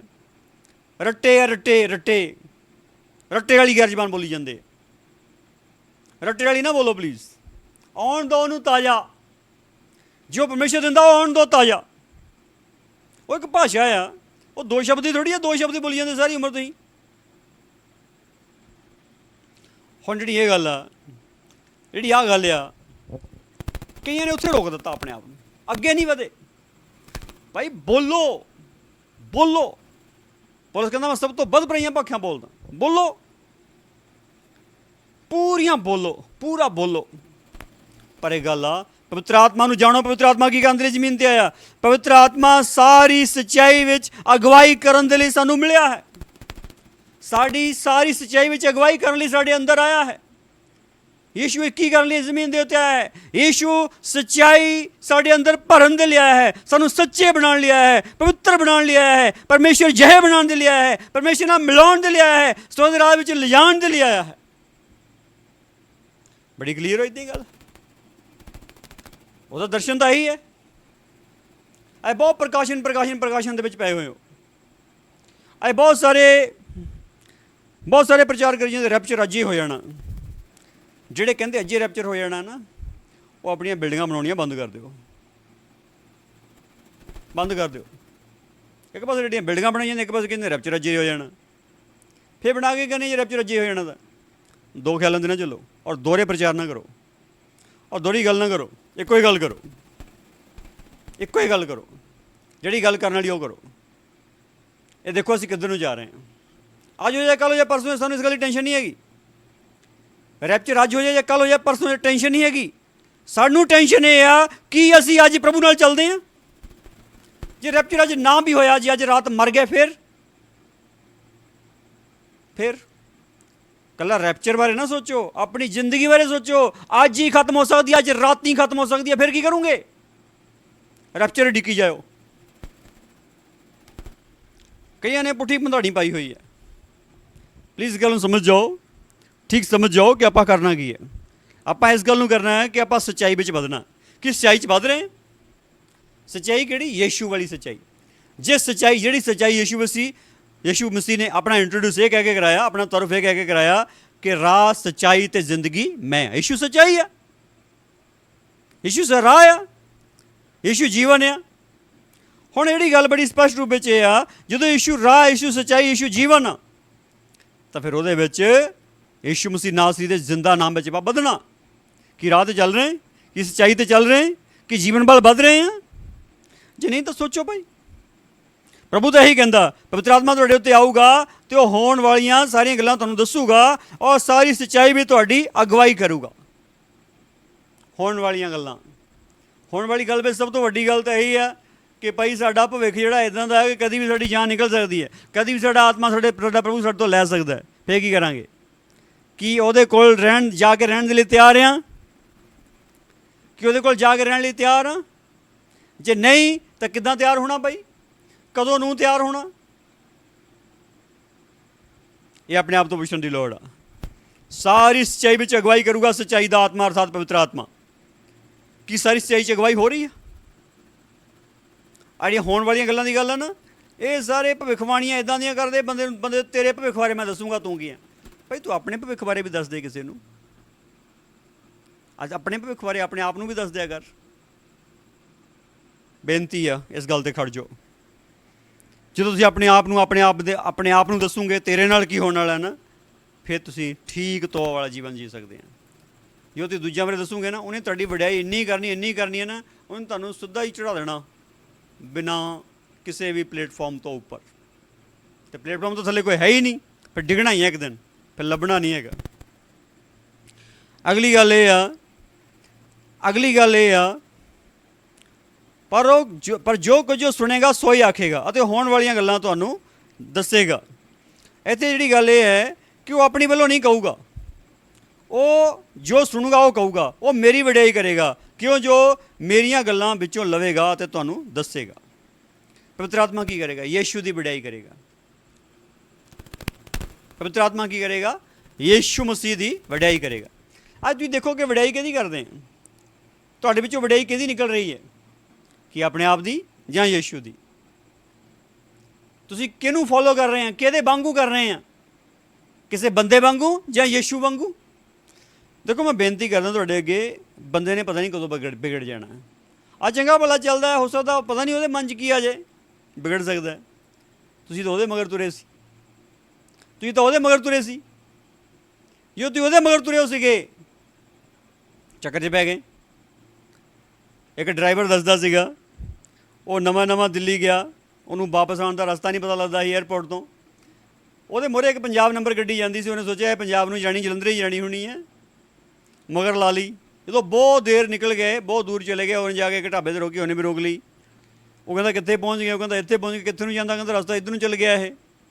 ਉਹ ਕਹਿੰਦਾ ਇਹ ਸੋਚਿਆ ਵੀ ਤੁਹਾਡੀ ਗੱਡੀ ਪੰਜਾਬ ਨੰਬਰ ਵਾਲੀ ਆ, ਸਾਡੀ ਪੰਜਾਬ ਨੰਬਰ ਵਾਲੀ ਆ, ਤੁਸੀਂ ਵੀ ਉੱਥੇ ਹੀ ਜਾਣਾ ਹੋਣਾ, ਇਸ ਕਰਕੇ ਤੁਹਾਡੇ ਮਗਰ ਲਾ ਲਈ।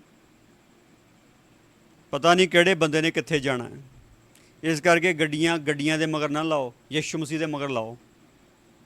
ਆਪਣੇ ਆਪ ਨੂੰ ਯੀਸ਼ੂ ਮਸੀਹ ਦੇ ਮਗਰ ਲਾਓ। ਯੀਸ਼ੂ ਮਸੀਹ ਤੋਂ ਸਿੱਖੋ। ਜੇ ਬੰਦਿਆਂ ਤੋਂ ਸਿੱਖਦੇ ਰਹੇ ਨਾ, ਤੇ ਬੰਦਿਆਂ ਦਾ ਆਪਣਾ ਵੀ ਇੱਕ ਅਭਿਸ਼ੇਕ ਹੁੰਦਾ, ਔਰ ਤੁਹਾਡੇ 'ਚ ਆ ਜਾਣਾ। ਉਹ ਬੰਦਿਆਂ ਦਾ ਵੀ ਅਭਿਸ਼ੇਕ ਹੁੰਦਾ, ਬੰਦਿਆਂ ਦੀ ਵੀ ਅਨੋਇੰਟਿੰਗ ਹੈਗੀ। ਕਿਉਂਕਿ ਇਹ ਗੱਲ ਤੋਂ ਮੈਂ ਪਰਹੇਜ਼ ਨਹੀਂ ਕਰਦਾ ਕਹਿਣ ਤੋਂ ਕਿ ਜਿਸ ਕਮਿਊਨਿਟੀ 'ਚ ਅਸੀਂ ਪੈਦਾ ਹੋਏ, ਉਹ ਕਮਿਊਨਿਟੀ ਦਾ ਸਿਸਟਮ ਸਾਡੇ ਅੰਦਰ ਪਾਇਆ ਜਾਂਦਾ ਜਿੱਥੋਂ ਵੀ ਅਸੀਂ ਆਏ। ਜਿਹੜੀ ਗੁੜਤੀ ਲਈ ਆ, ਉਹ ਗੁੜਤੀ ਅੰਦਰ ਆ। ਪਰ ਯੀਸ਼ੂ ਮਸੀਹ ਸਾਡੇ ਵਾਂਗੂ ਪੈਦਾ ਨਹੀਂ ਹੋਇਆ, ਇਸ ਕਰਕੇ ਉਹ ਪੂਰਾ ਪ੍ਰਭੂ ਆ। ਇਸ ਕਰਕੇ ਉਹ ਕਹਿੰਦਾ ਮੈਥੋਂ ਸਿੱਖੋ। ਜਦੋਂ ਉਹ ਤੋਂ ਸਿੱਖੋਗੇ ਫਿਰ ਸਹੀ ਰਹੋਗੇ। ਜੇ ਉਹ ਤੋਂ ਨਾ ਸਿੱਖਿਆ, ਬੰਦਿਆਂ ਤੋਂ ਸਿੱਖਿਆ, ਬੰਦਿਆਂ ਨੇ ਪਤਾ ਨਹੀਂ ਕਿੱਦਾਂ ਸਿੱਖਿਆ ਦੇ ਦੇਣੀ, ਪਤਾ ਨਹੀਂ। ਇਹ ਲੜਾਈ ਇੰਨੀ ਸਿੱਖਿਆਵਾਂ ਦੀ ਲੜਾਈ ਆ। ਇਹ ਲੜਾਈ ਕਾਹਦੇ ਲਈ ਨਹੀਂ? ਜੇ ਇੱਕੋ ਆਤਮਾ ਸਾਰਿਆਂ ਨੂੰ ਸਿਖਾ ਰਿਹਾ, ਫਿਰ ਲੜਾਈ ਕਾਹਦੇ ਲਈ ਹੈ? ਇਹਦਾ ਮਤਲਬ ਬੰਦਿਆਂ ਨੇ ਆਪਣੇ ਪ੍ਰਕਾਸ਼ਨ ਸ਼ਾਮਿਲ ਕੀਤੇ ਹੋਏ ਆ। ਜੇ ਪ੍ਰਭੂ ਯੀਸ਼ੂ ਮਸੀਹ ਦਾ ਪ੍ਰਕਾਸ਼ਨ ਸਾਰਿਆਂ ਕੋਲ ਹੋਵੇ, ਲੜਾਈ ਨਾ ਹੋਵੇ, ਬਿਲਕੁਲ ਲੜਾਈ ਨਾ ਹੋਵੇ, ਬਿਲਕੁਲ ਜਿਹੜੇ ਮਿਸ਼ਨ ਬਾਦ ਸਭ ਕੁਝ ਖਤਮ ਹੋ ਜਾਊਗਾ। ਬਿਲਕੁਲ ਕਲੀਅਰ ਗੱਲ ਇਹ ਆ ਕਿ ਆਪਣੇ ਪ੍ਰਕਾਸ਼ਨ ਸ਼ਾਮਿਲ ਕੀਤੇ ਹੋਏ ਆ, ਔਰ ਆਪਣੇ ਪ੍ਰਕਾਸ਼ਨ, ਆਪਣੀਆਂ ਸਿੱਖਿਆਵਾਂ ਉਹ ਆ ਜਿਹੜੀਆਂ ਯੀਸ਼ੂ ਮਸੀਹ ਤੋਂ ਨਹੀਂ ਪ੍ਰਾਪਤ ਕੀਤੀਆਂ, ਯੀਸ਼ੂ ਮਸੀਹ ਤੋਂ ਨਹੀਂ ਸਿੱਖੀਆਂ, ਆਪਣੇ ਆਪ ਹੀ ਬਣਾ ਲਈਆਂ। ਸੈਲਫ ਮੇਡ, ਸੈਲਫ ਸਟਾਈਲ, ਆਪ ਹੀ ਬਣਾਈਆਂ, ਆਪਣਾ ਹੀ ਸਟਾਈਲ, ਆਪਣਾ ਹੀ ਅੰਦਾਜ਼ ਆ। ਯੀਸ਼ੂ ਮਸੀਹ ਵਾਲਾ ਨਹੀਂ ਹੈਗਾ। ਇਹ ਗੱਲ ਬੜੀ ਸਪਸ਼ਟ ਹੈ, ਇੱਦਾਂ ਹੀ ਹੈ। ਇਸ ਲਈ ਅੱਜ ਪ੍ਰਭੂ ਦੇ ਬੱਚਿਓ, ਪ੍ਰਭੂ ਤਾਂ ਕਹਿੰਦਾ ਮੇਥੋਂ ਸਿੱਖੋ। ਔਰ ਇੱਥੇ ਪ੍ਰਭੂ ਨੇ ਕਿਹਾ ਸੱਚਾਈ ਦਾ ਆਤਮਾ ਆਊਗਾ, ਉਹ ਸਾਰੀ ਸੱਚਾਈ ਵੀ ਤੁਹਾਡੀ ਅਗਵਾਈ ਕਰੂਗਾ। ਉਹ ਆਪਣੀ ਵੱਲੋਂ ਕੁਝ ਨਹੀਂ ਕਹੂਗਾ, ਜੋ ਸੁਣੂਗਾ ਉਹੀ ਕਹੂਗਾ। ਔਰ ਉਹ ਪ੍ਰਭੂ ਕਹਿੰਦਾ ਮੇਰੀ ਵਡਿਆਈ ਕਰੂਗਾ, ਅਤੇ ਪ੍ਰਭੂ ਕਹਿੰਦਾ ਮੇਰੀਆਂ ਗੱਲਾਂ ਵਿੱਚੋਂ ਤੁਹਾਨੂੰ ਲੈ ਕੇ ਸਿਖਾਊਗਾ। ਉਹ ਪ੍ਰਭੂ ਦੀ ਵਡਿਆਈ ਕਰੇਗਾ। ਮੇਰੇ ਭੈਣ ਭਰਾ, ਇਸ ਗੱਲ ਨੂੰ ਠੀਕ ਦੇਖਣ ਦੀ ਜ਼ਰੂਰਤ ਆ। ਕੀ ਤੁਸੀਂ ਠੀਕ ਪ੍ਰਭੂ ਦੀ ਵਡਿਆਈ ਕਰਦੇ? ਕੀ ਤੁਸੀਂ ਠੀਕ ਪ੍ਰਭੂ ਨੂੰ ਮਹਿਮਾ ਦਿੰਦੇ? ਦੇਖੋ ਪਤਰਸ ਕਹਿੰਦਾ ਕੁਰਨੇਲਿयुस ਦੇ ਘਰ ਜਾ ਕੇ, ਉਹ ਕਹਿੰਦਾ ਮੈਂ ਤੇਰੇ ਵਰਗਾ ਬੰਦਾ ਭਰਾ, ਮੈਨੂੰ ਮੱਥਾ ਨਾ ਟੇਕੋ, ਤੁਸੀਂ ਮੱਥਾ ਨਾ ਟੇਕੋ। ਸਾਰੇ ਮੱਥਾ ਟੇਕਦੇ ਸੀ ਆ ਕੇ। ਉਹ ਕਹਿੰਦਾ ਮੈਂ ਤੁਹਾਡੇ ਵਰਗਾ ਬੰਦਾ ਭਰਾਵਾ, ਮੈਨੂੰ ਜਾਣ ਦਿਓ, ਇੱਦਾਂ ਨਾ ਕਰੋ। ਪੌਲਸ ਉਹਨਾਂ ਦੇ ਅੱਗੇ ਉਹ ਬਲੀ ਚੜਾਉਣਾ ਚਾਹੁੰਦੇ, ਉਹਨਾਂ ਦੇ ਫੁੱਲਾਂ ਦੇ ਹਾਰ ਪਾਉਣਾ ਚਾਹੁੰਦੇ ਆ, ਜਿੱਦਾਂ ਦੇਵਤਿਆਂ ਦੇ ਅੱਗੇ ਉਹ ਕਰਦੇ ਸੀ ਪੂਜਾ, ਉਹਨਾਂ ਦੇ ਇੱਦਾਂ ਕਰਨਾ ਚਾਹੁੰਦੇ ਆ। ਉਹਨੇ ਕੱਪੜੇ ਹੀ ਪਾੜ ਲਏ ਆਪਣੇ। ਕੱਪੜੇ ਪਹਿਲਾਂ ਉਹਨਾਂ ਨੂੰ ਸਮਝਾਇਆ, ਨਹੀਂ ਮੰਨੇ, ਉਹਨੇ ਕੱਪੜੇ ਹੀ ਪਾੜ ਲਏ ਆਪਣੇ। ਉਹ ਕਹਿੰਦੇ ਭਰਾਵੋ ਜਾਣ ਦਿਓ, ਤੁਹਾਡੇ ਵਰਗੇ ਅਸੀਂ ਬੰਦੇ ਆ, ਇੱਦਾਂ ਨਾ ਕਰੋ ਸਾਡੇ ਨਾਲ। ਅਸੀਂ ਦਿਓਤੇ ਨਹੀਂ ਹੈਗੇ, ਅਸੀਂ ਇਨਸਾਨ ਹੀ ਹਾਂ, ਅਸੀਂ ਪ੍ਰਭੂ ਨਹੀਂ ਹੈਗੇ, ਅਸੀਂ ਬੰਦੇ ਹੀ ਹਾਂ। ਇਹ ਜਿਹੜੀ ਗੱਲ ਹੈ ਬੜੀ ਸਪਸ਼ਟ ਰੂਪ ਵਿੱਚ ਉਹਨਾਂ ਦੇ ਅੰਦਰ ਸੀ, ਔਰ ਨਹੀਂ ਬੋਲੀ, ਔਰ ਹੋਈ ਤਾਂ ਅੱਜ ਉਹ ਕਿੱਥੇ ਆ ਗੱਲ? ਯਿਸੂ ਦੀ ਮਹਿਮਾ ਕਰਨਾ ਪਵਿੱਤਰ ਆਤਮਾ ਤਾਂ ਇੱਦਾਂ ਹੀ ਕਰਦਾ, ਪ੍ਰਭੂ ਨੇ ਕਿਹਾ ਉਹ ਇੱਦਾਂ ਹੀ ਕਰੇਗਾ। ਜੇ ਤੁਸੀਂ ਇੱਦਾਂ ਕਰਨ ਵਾਲੇ ਹੋ ਤਾਂ ਮੁਬਾਰਕ ਹੋ, ਜੇ ਇੱਦਾਂ ਕਰਨ ਵਾਲੇ ਨਹੀਂ ਹੋ ਤਾਂ ਮੁਬਾਰਕ ਨਹੀਂ ਹੋ, ਨਹੀਂ ਮੁਬਾਰਕ ਹੋ। ਇਸ ਲਈ ਬਚਨ ਇੱਦਾਂ ਹੀ ਸਪਸ਼ਟ ਦੱਸਦਾ ਹੈ ਕਿ ਉਹ ਪ੍ਰਭੂ ਦੀਆਂ ਗੱਲਾਂ ਵਿੱਚੋਂ ਲਏਗਾ ਪਵਿੱਤਰ ਆਤਮਾ ਅਤੇ ਪ੍ਰਭੂ ਦੀ ਹੀ ਮਹਿਮਾ ਕਰੇਗਾ, ਪ੍ਰਭੂ ਦੀਆਂ ਗੱਲਾਂ ਹੀ ਸਿਖਾਏਗਾ। ਇਸ ਲਈ ਬੇਨਤੀ ਹੈ, ਪ੍ਰਭੂ ਦੀਆਂ ਗੱਲਾਂ 'ਚੋਂ ਪਵਿੱਤਰ ਆਤਮਾ ਲੈਂਦਾ, ਉਹ ਸਿਖਾਉਂਦਾ ਹੈ। ਅਗਰ ਤੁਸੀਂ ਪ੍ਰਭੂ ਦੀਆਂ ਗੱਲਾਂ ਨੂੰ ਸਿੱਖ ਰਹੇ ਹੋ ਤਾਂ ਮੁਬਾਰਕ ਆ ਤੁਸੀਂ। ਅਗਰ ਤੁਸੀਂ ਠੀਕ ਨਹੀਂ ਸਿੱਖ ਰਹੇ ਤਾਂ ਠੀਕ ਗੱਲ ਦੀ ਪੜਤਾਲ ਕਰੋ, ਕਿਉਂਕਿ ਉਹ ਤੁਹਾਨੂੰ ਸਿਖਾਉਣ ਵਾਲਾ ਪ੍ਰਭੂ ਹੈ, ਉਹ ਰੂਹ ਤੁਹਾਨੂੰ ਸਿਖਾਉਣ ਵਾਲਾ ਰੂਹ ਹੈ। ਔਰ ਅਸੀਂ यूहन्ना ਦੀ ਪਹਿਲੀ ਪੱਤਰੀ ਇੱਕ ਵਾਰੀ ਖੋਲਾਂਗੇ। यूहन्ना ਦੀ ਪਹਿਲੀ ਪੱਤਰੀ, ਉਸਦਾ ਦੂਸਰਾ ਅਧਿਆਇ, ਉਸਦਾ 27 ਵਚਨ। ਪਹਿਲਾ यूहन्ना ਦੀ ਪਹਿਲੀ ਪੱਤਰੀ, ਦੂਸਰਾ ਅਧਿਆਇ, 27 ਵਚਨ। ਜਿਹੜੇ ਤੁਹਾਨੂੰ ਉਹ ਮਸਾ ਜੋ ਤੁਸਾਂ ਉਹਦੀ ਵੱਲੋਂ ਪਾਇਆ ਸੋ ਤੁਹਾਡੇ ਵਿੱਚ ਕਾਇਮ ਰਹਿੰਦਾ ਹੈ। ਤੁਹਾਨੂੰ ਕੁਝ ਲੋੜ ਨਹੀਂ ਭਈ ਕੋਈ ਤੁਹਾਨੂੰ ਸਿੱਖਿਆ ਦੇਵੇ, ਸਗੋਂ ਜਿਵੇਂ ਉਹਦਾ ਮਸਾ ਤੁਹਾਨੂੰ ਸਭਨਾਂ ਗੱਲਾਂ ਦੇ ਵਿਖੇ ਸਿੱਖਿਆ ਦਿੰਦਾ ਹੈ ਅਤੇ ਸੱਤ ਹੈ, ਝੂਠ ਨਹੀਂ। ਜਿਵੇਂ ਉਹਨੇ ਤੁਹਾਨੂੰ ਸਿੱਖਿਆ ਦਿੱਤੀ ਤਿਵੇਂ ਤੁਸੀਂ ਉਹਦੇ ਵਿੱਚ ਕਾਇਮ ਰਹੋ। ਆਮੀਨ।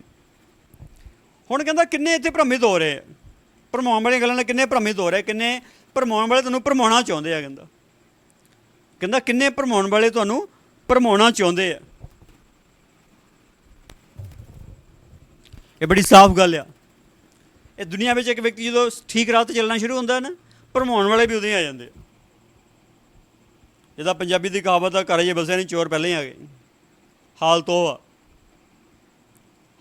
ਆ ਚੋਰ ਇੱਥੇ ਇੱਦਾਂ ਹੀ ਆ। ਜਦੋਂ ਦੇਖਦੇ ਨਾ ਘਰ ਵਸ ਗਿਆ ਉਦੋਂ ਹੀ ਚੋਰ ਗੇੜੀਆਂ ਮਾਰਨ ਲੱਗ ਪੈਂਦੇ। ਜਦੋਂ ਦੇਖਦੇ ਬੰਦਾ ਮਸੀਹ ਬਣ ਗਿਆ ਉਦੋਂ ਹੀ ਲੋਕ ਘੁੰਮਣ ਲੱਗ ਪੈਂਦੇ ਵਿਗਾੜਨ ਵਾਲੇ। ਦੇਖਦੇ ਇਹਨੂੰ ਹੁਣ ਕਿੱਦਾਂ ਸਹੀ ਰਹਿੰਦਾ, ਇਹਨੂੰ ਵਿਗਾੜ ਕੇ ਹਟਾਂਗੇ, ਇਹਦਾ ਸਿਰਾ ਕਿੱਦਾਂ ਲੱਗ ਜੂ, ਇੱਦਾਂ ਘੁੰਮਣ ਲੱਗ ਜਾਂਦੇ ਆ। ਇਸ ਕਰਕੇ ਉਹ ਕਹਿੰਦਾ ਭਰਮਾਉਣ ਵਾਲੇ ਬਥੇਰੇ ਆ, ਭਰਮਾਉਣਾ ਚਾਹੁੰਦੇ ਤੁਹਾਨੂੰ।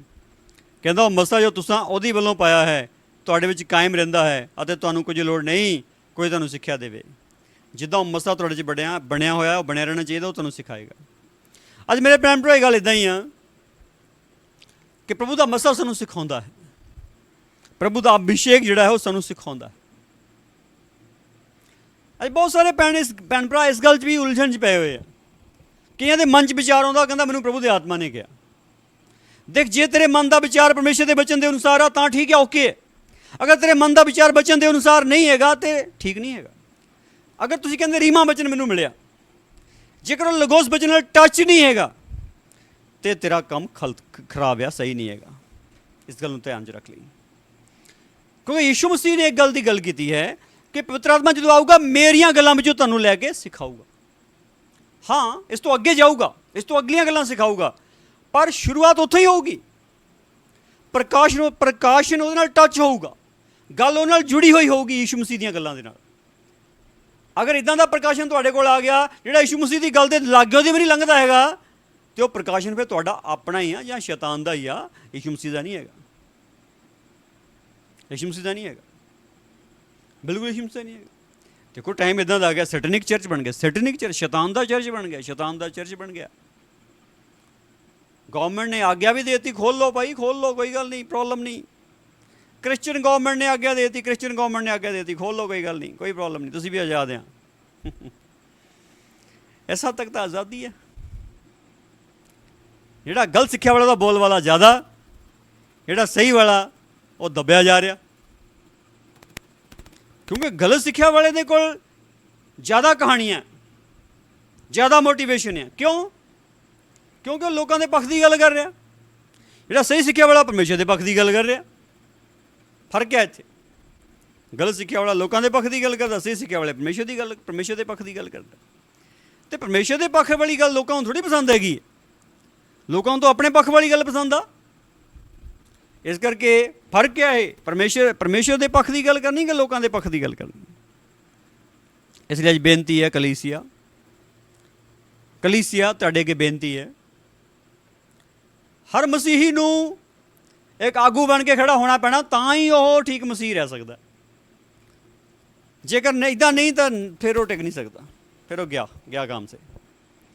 ਹੁਣ ਇੱਥੇ ਗੱਲ ਇਹ ਆ, ਮਸਾ ਸਿਖਾਉਂਦਾ, ਇਹ 'ਚ ਕੋਈ ਸ਼ੱਕ ਨਹੀਂ। ਜੇ ਇੱਕ ਗੈਰ ਜ਼ਬਾਨ ਬੋਲਣ ਵਾਲਾ ਬੰਦਾ ਗਾਲਾਂ ਕੱਢ ਸਕਦਾ ਤੇ ਜਿਹੜਾ ਕਹਿੰਦਾ ਮੈਨੂੰ ਪਵਿੱਤਰ ਆਤਮਾ ਮਿਲਿਆ ਉਹ ਤੇ ਗਲਤ ਗੱਲਾਂ ਉਹ 'ਚ ਕਿਉਂ ਨਹੀਂ ਆ ਸਕਦੀਆਂ ਹੈਗੀਆਂ? ਆਉਂਦੀਆਂ, ਬਿਲਕੁਲ ਕਲੀਅਰ ਆਉਂਦੀਆਂ, ਬਿਲਕੁਲ ਆਉਂਦੀਆਂ।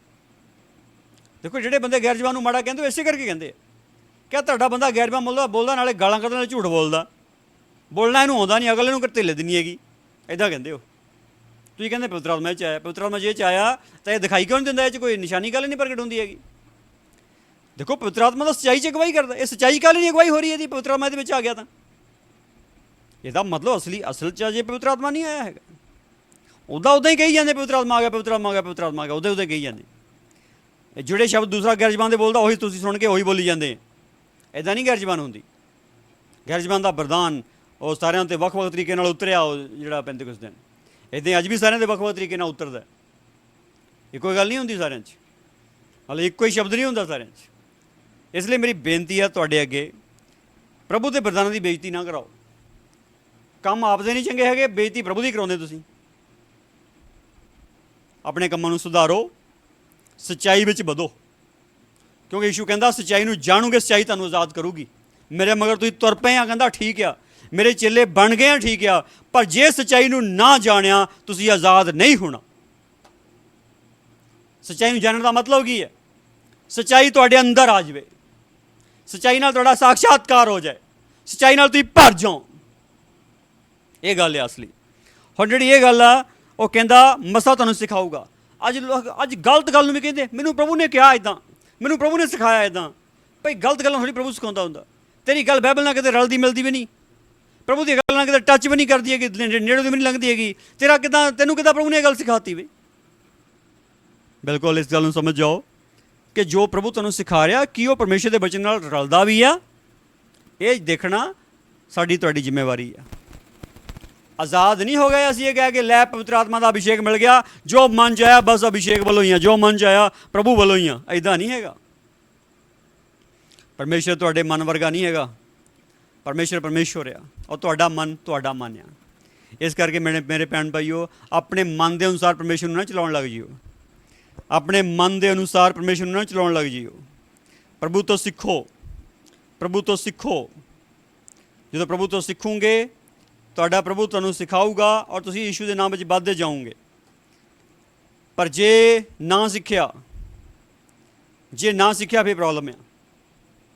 ਪ੍ਰਭੂ ਤੋਂ ਸਿੱਖੋ, ਜਿੱਦਾਂ ਦਾ ਉੱਦਾਂ ਦੇ ਬਣੋ, ਜਿੱਦਾਂ ਉਹ ਚੱਲਦਾ ਸੀ ਉੱਦਾਂ ਚੱਲੋ, ਜੋ ਕਰਦਾ ਸੀ ਉਹ ਕਰੋ। ਬਿਲਕੁਲ ਕਲੀਅਰ ਗੱਲ, ਬਿਲਕੁਲ ਕਲੀਅਰ ਗੱਲ ਹੈ। ਕਰੋ। ਪਤਰਸ ਕਹਿੰਦਾ ਉਹਦੀ ਪੈੜ 'ਤੇ ਚੱਲੋ। ਉਹ ਚੱਲ ਕੇ ਨਮੂਨਾ ਦੇ ਗਿਆ ਸਾਨੂੰ, ਅਸੀਂ ਉਹਦੀ ਪੈੜ ਦੇ ਉੱਤੇ ਚੱਲਣਾ, ਉਹਦੀ ਪੈੜ ਦੇ ਉੱਤੇ ਚੱਲਾਂਗੇ। ਪਹਿਲਾ ਪਤਰਸ 2 ਅਧਿਆਇ ਇੱਕ ਵਾਰੀ ਖੋਲਾਂਗੇ।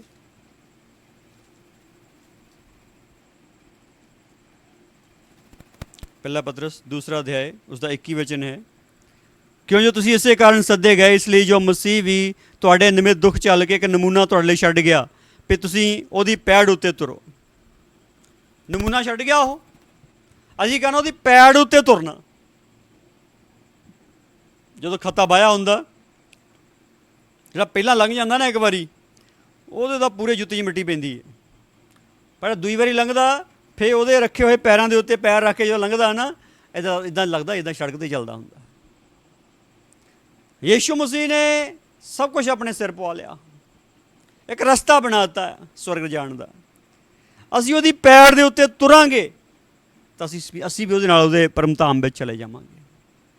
ਇਸ ਲਈ ਮੇਰੇ ਭੈਣ ਭਰਾਓ, ਉਹ ਤੋਂ ਸਿੱਖੋ, ਯਿਸੂ ਤੋਂ ਸਿੱਖੋ, ਯਿਸੂ ਤੋਂ ਸਿੱਖੋ। ਉਹਦੇ ਚਰਨਾਂ 'ਚ ਬੈਠ ਕੇ ਉਹਨੂੰ ਕਹੋ, ਪ੍ਰਭੂ ਮੈਨੂੰ ਤੂੰ ਸਿਖਾ। ਮੈਨੂੰ ਕੋਈ ਆਹ ਗੱਲ ਕਹਿੰਦਾ, ਕੋਈ ਉਹ ਗੱਲ ਕਹਿੰਦਾ, ਕੋਈ ਇੱਦਾਂ ਕਹਿੰਦਾ, ਕੋਈ ਉੱਦਾਂ ਕਹਿੰਦਾ, ਕੋਈ ਉੱਦਾਂ ਕਹਿੰਦਾ। ਇਹ ਤਾਂ ਮੈਨੂੰ ਸਦਾ ਹੀ ਕਰਤਾ ਦੁਨੀਆ ਨੇ। ਇੱਕ ਬੰਦਾ ਜਦੋਂ ਮਸੀਹ 'ਚ ਆਇਆ ਤਾਂ ਮੈਨੂੰ ਵੀ ਇੱਦਾਂ ਹੋਇਆ। ਜਦੋਂ ਮੈਂ ਮਸੀਹ 'ਚ ਆਇਆ, ਮੈਂ 8ਵੀਂ ਪੜ੍ਹਦਾ ਜਦੋਂ ਮਸੀਹ 'ਚ ਆਇਆ, ਔਰ ਅੱਗੇ ਜਾ ਕੇ ਇੰਨੇ ਪ੍ਰਕਾਰ ਦੇ ਬੰਦੇ, ਜਿੰਨੇ ਪ੍ਰਕਾਰ ਦੇ ਬੰਦੇ ਮਿਲਦੇ ਉਨੇ ਪ੍ਰਕਾਰ ਦੀਆਂ ਸਿੱਖਿਆਵਾਂ। ਕੀ ਕਰੂਗਾ ਬੰਦਾ? ਕੀ ਕਰੂਗਾ ਬੰਦਾ? ਜੇ ਖੁਦਾ ਤੁਹਾਨੂੰ ਸਿਖਾਵੇ ਨਾ, ਤੁਸੀਂ ਕੀ ਕਰੋਗੇ? ਕਿਸੇ ਵੀ ਗਲਤ ਦੇ ਮਗਰ ਲੱਗ ਜਾਓਗੇ। ਜਿਹਨੇ ਤੁਹਾਨੂੰ ਪ੍ਰਭਾਵਿਤ ਕਰ ਲਿਆ ਉਹਦੇ ਮਗਰ ਤੁਸੀਂ ਲੱਗ ਜਾਓਗੇ। ਅਤੇ ਮੋਹਿਤ ਕਰਨ ਵਾਲੇ ਬਹੁਤ ਆ, ਸਮੋਹਿਤ ਕਰਨ ਵਾਲੇ ਬਹੁਤ ਆ ਭੋਟਣੀਆਂ ਗੱਲਾਂ ਦੇ ਨਾਲ। ਪਰ ਇਹ ਗੱਲ ਬੜੀ ਸਾਫ਼ ਆ, ਸਿੱਧੀ ਗੱਲ ਪਰਮੇਸ਼ਰ ਦਾ ਵਚਨ ਆ। ਔਰ ਸਿੱਧੀ ਗੱਲ ਜਿਹੜਾ ਪਰਮੇਸ਼ਰ ਦਾ ਵਚਨ, ਇਹਨੂੰ ਅਡੋਪਟ ਕਰੋ, ਇਹਨੂੰ ਗ੍ਰਹਿਣ ਕਰੋ ਔਰ ਯਿਸੂ ਮਸੀਹ ਤੋਂ ਸਿੱਖੋ। ਜਦੋਂ ਯੀਸ਼ੂ ਤੋਂ ਸਿੱਖੋਗੇ ਫਿਰ ਯੀਸ਼ੂ ਵਰਗੇ ਬਣੋਗੇ, ਫਿਰ ਜਿੱਥੇ ਯੀਸ਼ੂ ਰਹਿੰਦਾ ਉੱਥੇ ਜਾਓਗੇ। ਆਓ ਸਾਰੇ ਪ੍ਰਭੂ ਦੀ ਹਜ਼ੂਰੀ ਵਿੱਚ ਪ੍ਰਾਰਥਨਾ ਕਰੀਏ। ਹੋ ਜੀਸਸ ਪਾਵਰ, ਲਾਰਡ ਜੀਸਸ, ਐ ਖੁਦਾਵੰਦ ਤੇਰੀ ਹਜ਼ੂਰੀ ਵਿੱਚ ਝੁਕਦੇ ਹਾਂ ਪ੍ਰਭੂ। ਅਸੀਂ ਤੇਰੇ ਬਚਨਾਂ ਨੂੰ ਸਿੱਖਿਆ ਹੈ ਪ੍ਰਭੂ ਕਿ ਤੂੰ ਠੀਕ ਠੀਕ ਸਿਖਾਉਂਦਾ ਹੈ, ਤੂੰ ਠੀਕ ਠੀਕ ਸਿਖਾਉਂਦਾ ਹੈ ਪ੍ਰਭੂ। ਤੂੰ ਹੀ ਪ੍ਰਭੂ ਤੇਰੇ ਵਚਨ ਆਪਣੇ ਬੱਚਿਆਂ ਦੇ ਦਿਲਾਂ 'ਚ ਪਾ ਦਿੰਦਾ ਹੈ ਪ੍ਰਭੂ। ਐ ਖੁਦਾਵੰਦ ਤੇਰੀ ਹਜ਼ੂਰੀ 'ਚ ਅਧੀਨ ਹੋ ਕੇ ਪ੍ਰਾਰਥਨਾ ਕਰ, ਤੂੰ ਸਿਖਾ ਪ੍ਰਭੂ, ਤੂੰ ਸਮਝਾ ਪ੍ਰਭੂ, ਠੀਕ ਠੀਕ ਸਿਖਾ, ਸਮਝਾ, ਜੈਵੰਤ ਬਣਾ ਪ੍ਰਭੂ। ਆਨੰਦ ਨਾਲ ਭਰ ਦੇ, ਬਲੈਸ ਲਾਈਫ ਹਿੱਲਣ ਵਿੱਚ ਸਭ ਦੇ ਉੱਤੇ ਹੋ ਜਾਵੇ। ਹਾਂ ਪ੍ਰਭੂ, ਇਸ ਦੁਨੀਆ ਵਿੱਚ ਪਾਈ ਜਾਣ ਵਾਲੇ ਸਾਰੇ ਗਲਤ ਸਿੱਖਿਆਵਾਂ ਤੋਂ ਬਚਾਇਓ, ਜਿਹੜੇ ਗਲਤ ਸਿੱਖਿਅਕ ਉਹਨਾਂ ਤੋਂ ਬਚਾਇਓ। ਔਰ ਪ੍ਰਭੂ ਤੇਥੋਂ ਸਿੱਖਣ ਦੀ ਆਸ਼ੀਸ਼ ਦਿਓ, ਤੇਥੋਂ ਸਿੱਖਣ ਦੀ ਆਸ਼ੀਸ਼ ਦਿਓ ਪ੍ਰਭੂ। ਤੇਰੇ ਚਰਨਾਂ 'ਚ ਬੈਠੇ ਰਹੀਏ, ਤੇਰੀ ਹਜ਼ੂਰੀ 'ਚ ਬੈਠੇ ਰਹੀਏ। ਤੂੰ ਗੱਲਾਂ ਕਰ ਪ੍ਰਭੂ, ਤੂੰ ਗੱਲਾਂ ਕਰ ਪ੍ਰਭੂ। ਜਿੱਦਾਂ ਮਰੀਅਮ ਤੇਰੀ ਹਜ਼ੂਰੀ 'ਚ ਬੈਠ ਕੇ ਸੁਣਦੀ ਸੀ ਪ੍ਰਭੂ, ਤੁਸੀਂ ਕਹਿ ਰਹੇ ਚੰਗਾ ਹਿੱਸਾ ਪਸੰਦ ਕਰ ਲਿਓ ਤਾਂ ਖੋਇਆ ਹੀ ਨਹੀਂ ਜਾਣਾ। ਅੱਜ ਪ੍ਰਭੂ ਐਸਾ ਬਖਸ਼ਿਸ਼ ਕਰਕੇ ਤੇਰੀ ਹਜ਼ੂਰੀ 'ਚ ਬੈਠੇ ਰਹੀਏ, ਤੇਰੇ ਨਾਲ ਬੈਠੇ ਰਹੀਏ, ਤੇ ਤੋਂ ਸਿੱਖਦੇ ਜਾਈਏ, ਤੇ ਤੋਂ ਸਮਝਦੇ ਜਾਈਏ, ਤੇਰੇ ਨਾਲ ਸਮਾਂ ਬਤੀਤ ਕਰਦੇ ਜਾਈਏ, ਤੇ ਤੋਂ ਸਿੱਖ ਸਕੀਏ ਪ੍ਰਭੂ। ਐਸੀ ਕਿਰਪਾ ਕਰੋ, ਕਿਰਪਾ ਹੋਵੇ, ਕਿਰਪਾ ਹੋਵੇ, ਕਿਰਪਾ। ਸੱਚਾਈ ਵਿੱਚ ਅਗਵਾਈ ਕਰ ਪਵਿੱਤਰ ਆਤਮਾ। ਐ ਖੁਦਾਵੰਦ ਰੂਹ ਦੇ ਅਭਿਸ਼ੇਕ ਸਿਖਾ ਸਭ ਨੂੰ ਠੀਕ ਠੀਕ ਪ੍ਰਭੂ, ਸਭ ਨੂੰ ਠੀਕ ਠੀਕ ਸਿਖਾ। ਕੋਈ ਵੀ ਗੁੰਮਰਾਹ ਨਾ ਹੋਵੇ, ਕੋਈ ਗੁੰਮਰਾਹ ਨਾ ਹੋਵੇ। ਜਿਨ੍ਹਾਂ ਨੂੰ ਤਾਂ ਆਪਣੇ ਲਹੂ ਨਾਲ ਖਰੀਦਿਆ ਪ੍ਰਭੂ, ਉਹਨਾਂ 'ਚੋਂ ਕੋਈ ਗੁੰਮਰਾਹ ਨਾ ਹੋਵੇ, ਸਭ ਬਚਾਏ ਜਾਣ। ਧੰਨਵਾਦ, ਧੰਨਵਾਦ, ਧੰਨਵਾਦ, ਧੰਨਵਾਦ, ਧੰਨਵਾਦ, ਧੰਨਵਾਦ, ਧੰਨਵਾਦ। ਸ਼ੁਕਰੀਆ ਕਰਦੇ ਹਾਂ ਪਰਮੇਸ਼ਵਰ, ਤੇਰੀਆਂ ਸਾਰੀਆਂ ਮਿਹਰਬਾਨੀਆਂ ਲਈ ਧੰਨਵਾਦ ਕਰਦੇ, ਧੰਨਵਾਦ ਕਰਦੇ, ਧੰਨਵਾਦ ਕਰਦੇ, ਧੰਨਵਾਦ ਕਰਦੇ, ਧੰਨਵਾਦ ਕਰਦੇ, ਧੰਨਵਾਦ ਕਰਦੇ। ਇਹ ਸਾਰੀਆਂ ਦੁਆ ਬੇਨਤੀਆਂ ਪ੍ਰਭੂ ਯਿਸੂ ਮਸੀਹ ਦੇ ਪਵਿੱਤਰ ਨਾਮ 'ਚ ਅਧੀਨ ਹੋ ਕੇ ਮੰਗਦੇ ਹਾਂ। ਆਮੀਨ, ਆਮੀਨ, ਆਮੀਨ, ਆਮੀਨ। ਪ੍ਰਭੂ ਦਾ ਧੰਨਵਾਦ ਸਾਰੀਆਂ ਮਿਹਰਬਾਨੀਆਂ ਲਈ। ਖੁਦਾਵੰਦ ਦੀ ਹਜ਼ੂਰੀ ਤੁਹਾਡੇ ਨਾਲ ਬਣੀ ਰਹੇ। ਜੈ ਮਸੀਹ ਦੀ ਸਾਰਿਆਂ ਨੂੰ, ਜੈ ਮਸੀਹ, ਜੈ ਮਸੀਹ।